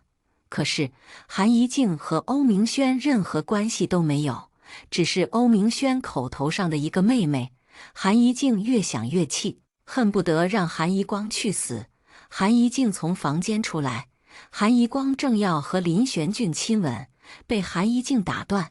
韩一光害羞地把脸埋在林玄俊的怀里。林玄俊尴尬地问道：“一静，你有什么事情要做吗？我帮你。”林玄俊脸上洋溢着笑容。韩一静冷淡说：“我想爸爸了。”韩一静的这句话说出来，韩一光的心头一紧。是啊，很久都没有去见过韩章国了，1年的时间了。前几天是韩章国的忌日，韩一光到现在才想起来。韩一光转过头来，歉疚地看向韩一静，从沙发上起来，拢了拢头发，到韩一静的身边，说：“妹妹，对不起，我忘了，咱们现在就去看看爸爸。”韩一光满是愧疚，什么事情都怪在自己的身上，不知道什么时候才能把这些重担从自己的身上拿下来。韩一静小可怜的样子让韩一光心疼不已。韩一光带着韩一静和林玄俊一起到了韩章国的墓地。一静，到了爸爸的面前，不要掉眼泪，要好好的说你现在很好，不要让爸爸难过。韩一光嘱咐道。韩一静认为现在变成这个样子都是韩一光的错，所以并不理会韩一光。到了这片墓地，却看见东浩燕在那里。韩一光听得清清楚楚。东浩燕说：“董事长，我自从到了蓝雅公司来就叫您董事长，现在我还是应该叫你董事长吧。我跟你没有什么别的关系，现在你也不是我的岳父了。我想说，这一切都不是我的本意。如果当年你没有害我的父亲，也许现在我们的关系不会是这样。我可能可以和你的女儿在一起。我想，我也许是爱上这个女孩子了。她很坚强，很聪明，是很多男人的仰慕者。我也爱上了她。我不知道自己是不是爱上了这个女人。虽然我欺骗了你，但是我也帮你好好的经营公司。我所做的不过是为了帮我父亲报复。我父亲监狱里面10年了，我只能和父亲在监狱里面相见，而你却活得风生水起。你说我会是什么样的心情？是不是你抢走了本该属于我的生活？我到底该不该恨你？我记得我在你的家里见到那时刚刚和林玄俊分手的遗光，我的心被遗光凄美的样子所打动。现在那段记忆依然在我的脑子里挥之不去。东浩燕所说的话，只能让韩遗光的嘴边多一抹冷笑。我现在对自己给遗光造成的伤害深深的自责。遗光是没有错的，但是我却利用他，让他难过，让他的生活变得糟糕。可是我现在做什么都不能弥补我过去做的事情了。我不求遗光能够原谅我。我只想让自己的过错不再加深，除了将兰雅还给你们，我可以做任何的事情。东浩燕的这句话惹怒了韩遗光。韩遗光从旁边走过来，说：“你还是为了这个公司？你到这里干什么？忏悔吗？是不是晚上睡不着觉了，所以想在这里和我的父亲忏悔？”东浩燕回头，看见一脸怒气的韩遗光。遗光，东浩燕说不出其他的话。韩遗光说：“我一点儿都不可怜你，因为你没有一点儿让我觉得你在忏悔。你有什么觉得愧疚？你要是想要我原谅你，那就撞死在我的父亲面前。”韩遗光对东浩燕恨之入骨。东浩燕说：“除了不能把兰雅集团给韩遗光，其他的事情他都可以做。”那么好了。现在就是东浩燕证明自己的真心的时候了。东浩燕还是有些迟疑，因为现在自己的父亲只剩下了自己一个儿子。如果自己死了，睡去看望他，睡去关心他，韩遗光就知道东浩燕不会这么做的，笑道：“你到底只是到这里来废话？你这个人不止一次的害我，害我的家人，我就知道你不会这样的真心实意。”东浩燕是真心的。现在韩遗光的瞧不起让东浩燕下定了决心：我死，你就会舒服些。那好。东浩燕朝着韩章国的墓碑上撞去，瞬间一片鲜红。韩遗光没想到东浩燕会真的这么做，愣在那里。韩遗静张大了嘴巴，林玄俊赶忙去扶他，听到东浩燕微弱的声音，说道：“你好好的照顾遗光。”之后便晕厥过去。他为什么会这么做？东浩燕不是想要韩遗光痛苦吗？现在要是表演的话，也不该这样的表演。韩遗光没有听见东浩燕和林玄俊说了什么事情，但是林玄俊接下来背起东浩燕一路跑到了医院。你撑着点儿。遗光的嘴巴不饶人。你是不是傻了？他让你死你就去死。林玄俊现在有些同情东浩燕这个男人了，一路背着东浩燕到了医院。韩遗光愣在原地，韩遗静吓得发抖。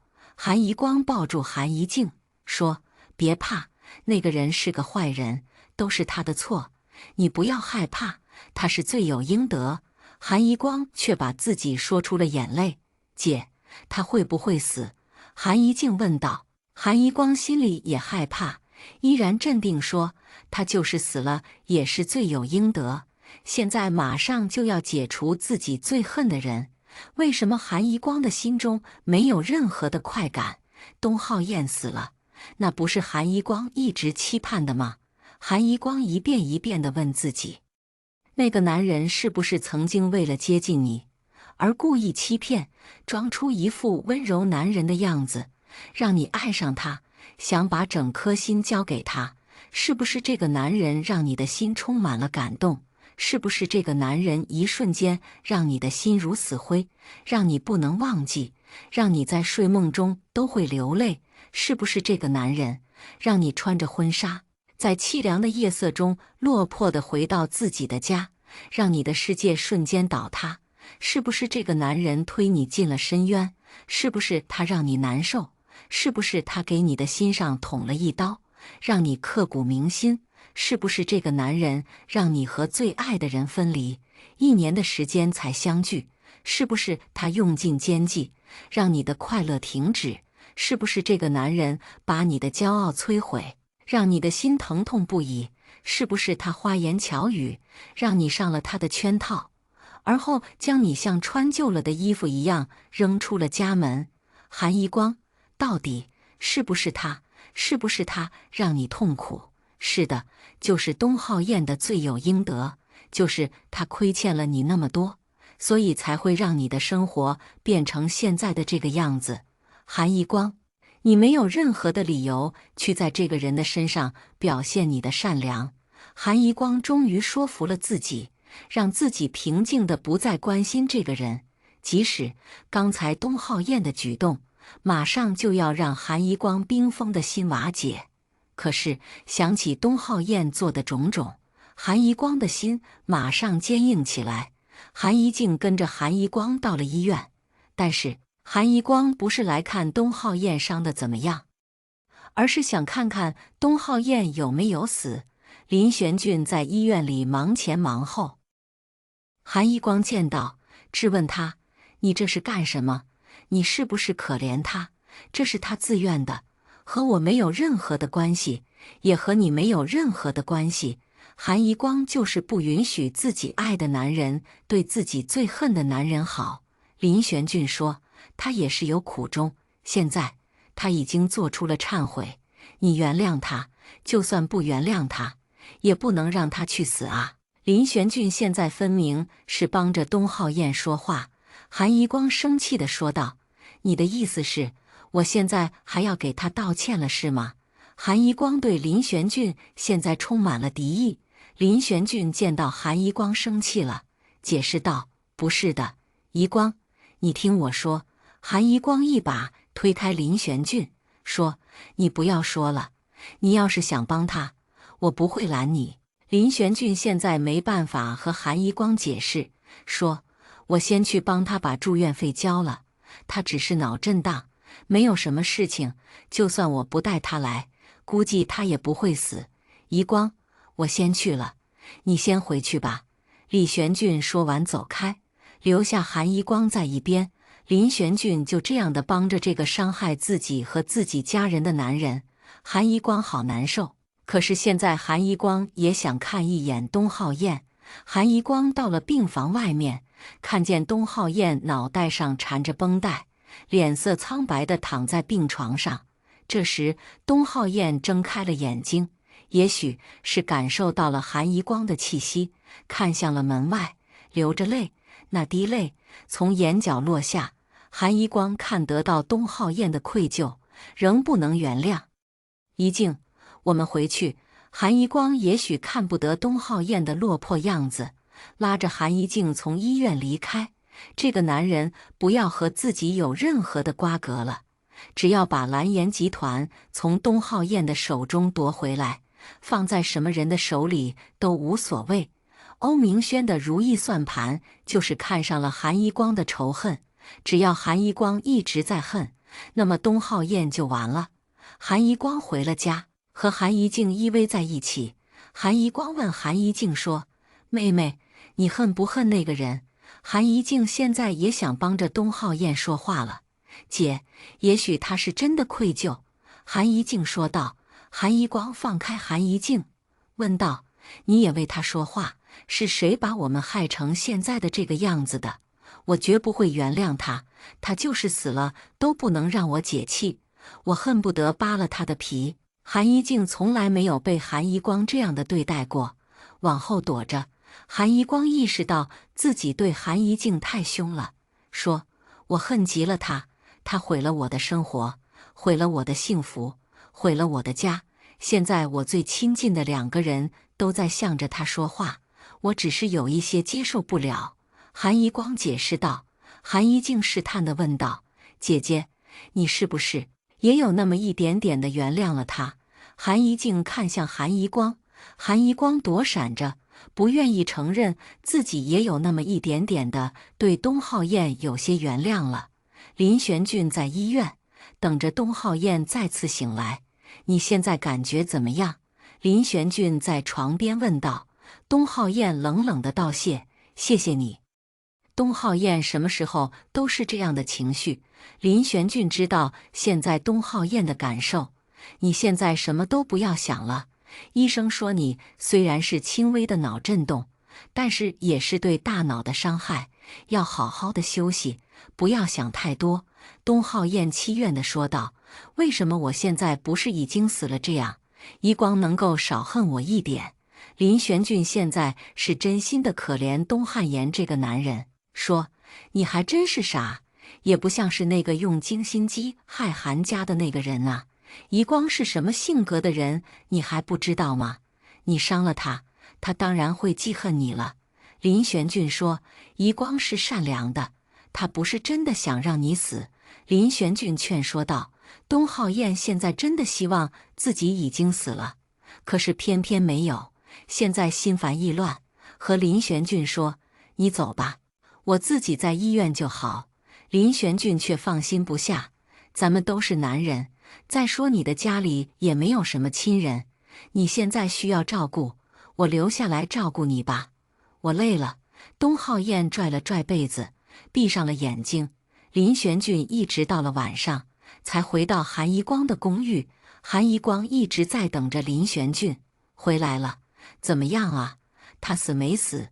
韩一光其实是担心东浩燕，所以才问，而说出来的话依然是冰冷的。林玄俊最了解韩一光，知道韩一光的意图，说：“真不幸，现在他还没死。”韩一光听出了林玄俊的玩笑，说：“他没死，你很高兴啊？”韩一光装作生气。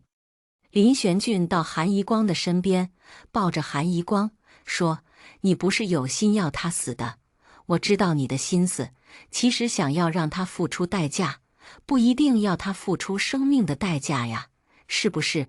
韩一光想到自己已经在做着吞并蓝雅集团的事情，现在看来真的不用花什么心思让东浩燕死，就让东浩燕失去这个让他不择手段的公司，就是最好的惩罚了。说：“是啊，用不了多久，东浩燕就会和我当年的感受一样，让他也尝尝什么都没有了的滋味。”韩一光牢牢地记着，在和东浩燕离婚的时候，自己所说的话一定会让东浩燕付出代价。可是现在1年的时间了，对东浩燕最重要的已经不是蓝雅集团，现在对东浩燕做重要的是韩一光，是那个让他朝思暮想的女人，那只明艳的花蝴蝶。韩一光却不知道东浩燕的深情，只是一味地仇恨着东浩燕。一光，等这些事情了解，你愿不愿意和我出国？林玄俊问道。韩一光当然是愿意的，说：“好啊，我在这个地方也没有什么留恋的了，到时候就带着怡静，我们去过幸福的日子，再也不想这些事情。”这一直都是韩一光的心愿，他早就厌倦了这里的纷纷扰扰，这些事情都和韩一光没有任何的关系。之后，韩一光只想和自己的家人，和自己最爱的人生活在一起，安安静静，平平淡淡。林玄俊也愿意和韩一光在一起啊，这就是林玄俊一直期盼的事情。韩一光是他心里一直想着的唯一的女人，不管韩一光是富贵还是贫穷，林玄俊都想和韩一光在一起。和韩一光分开的唯一一个理由，就是韩一光和林玄俊说不要林玄俊的守护，那样林玄俊不会和韩一光再有任何的关联，并且会完全的退出韩一光的生活，让韩一光去选择自己想要的生活。林玄俊原来是这样对待韩一光的，现在也是。林玄俊会对韩一光好，这是林玄俊永远的承诺。一光，我每一天都想有你在身边，有你在我的身边，我就是幸福的。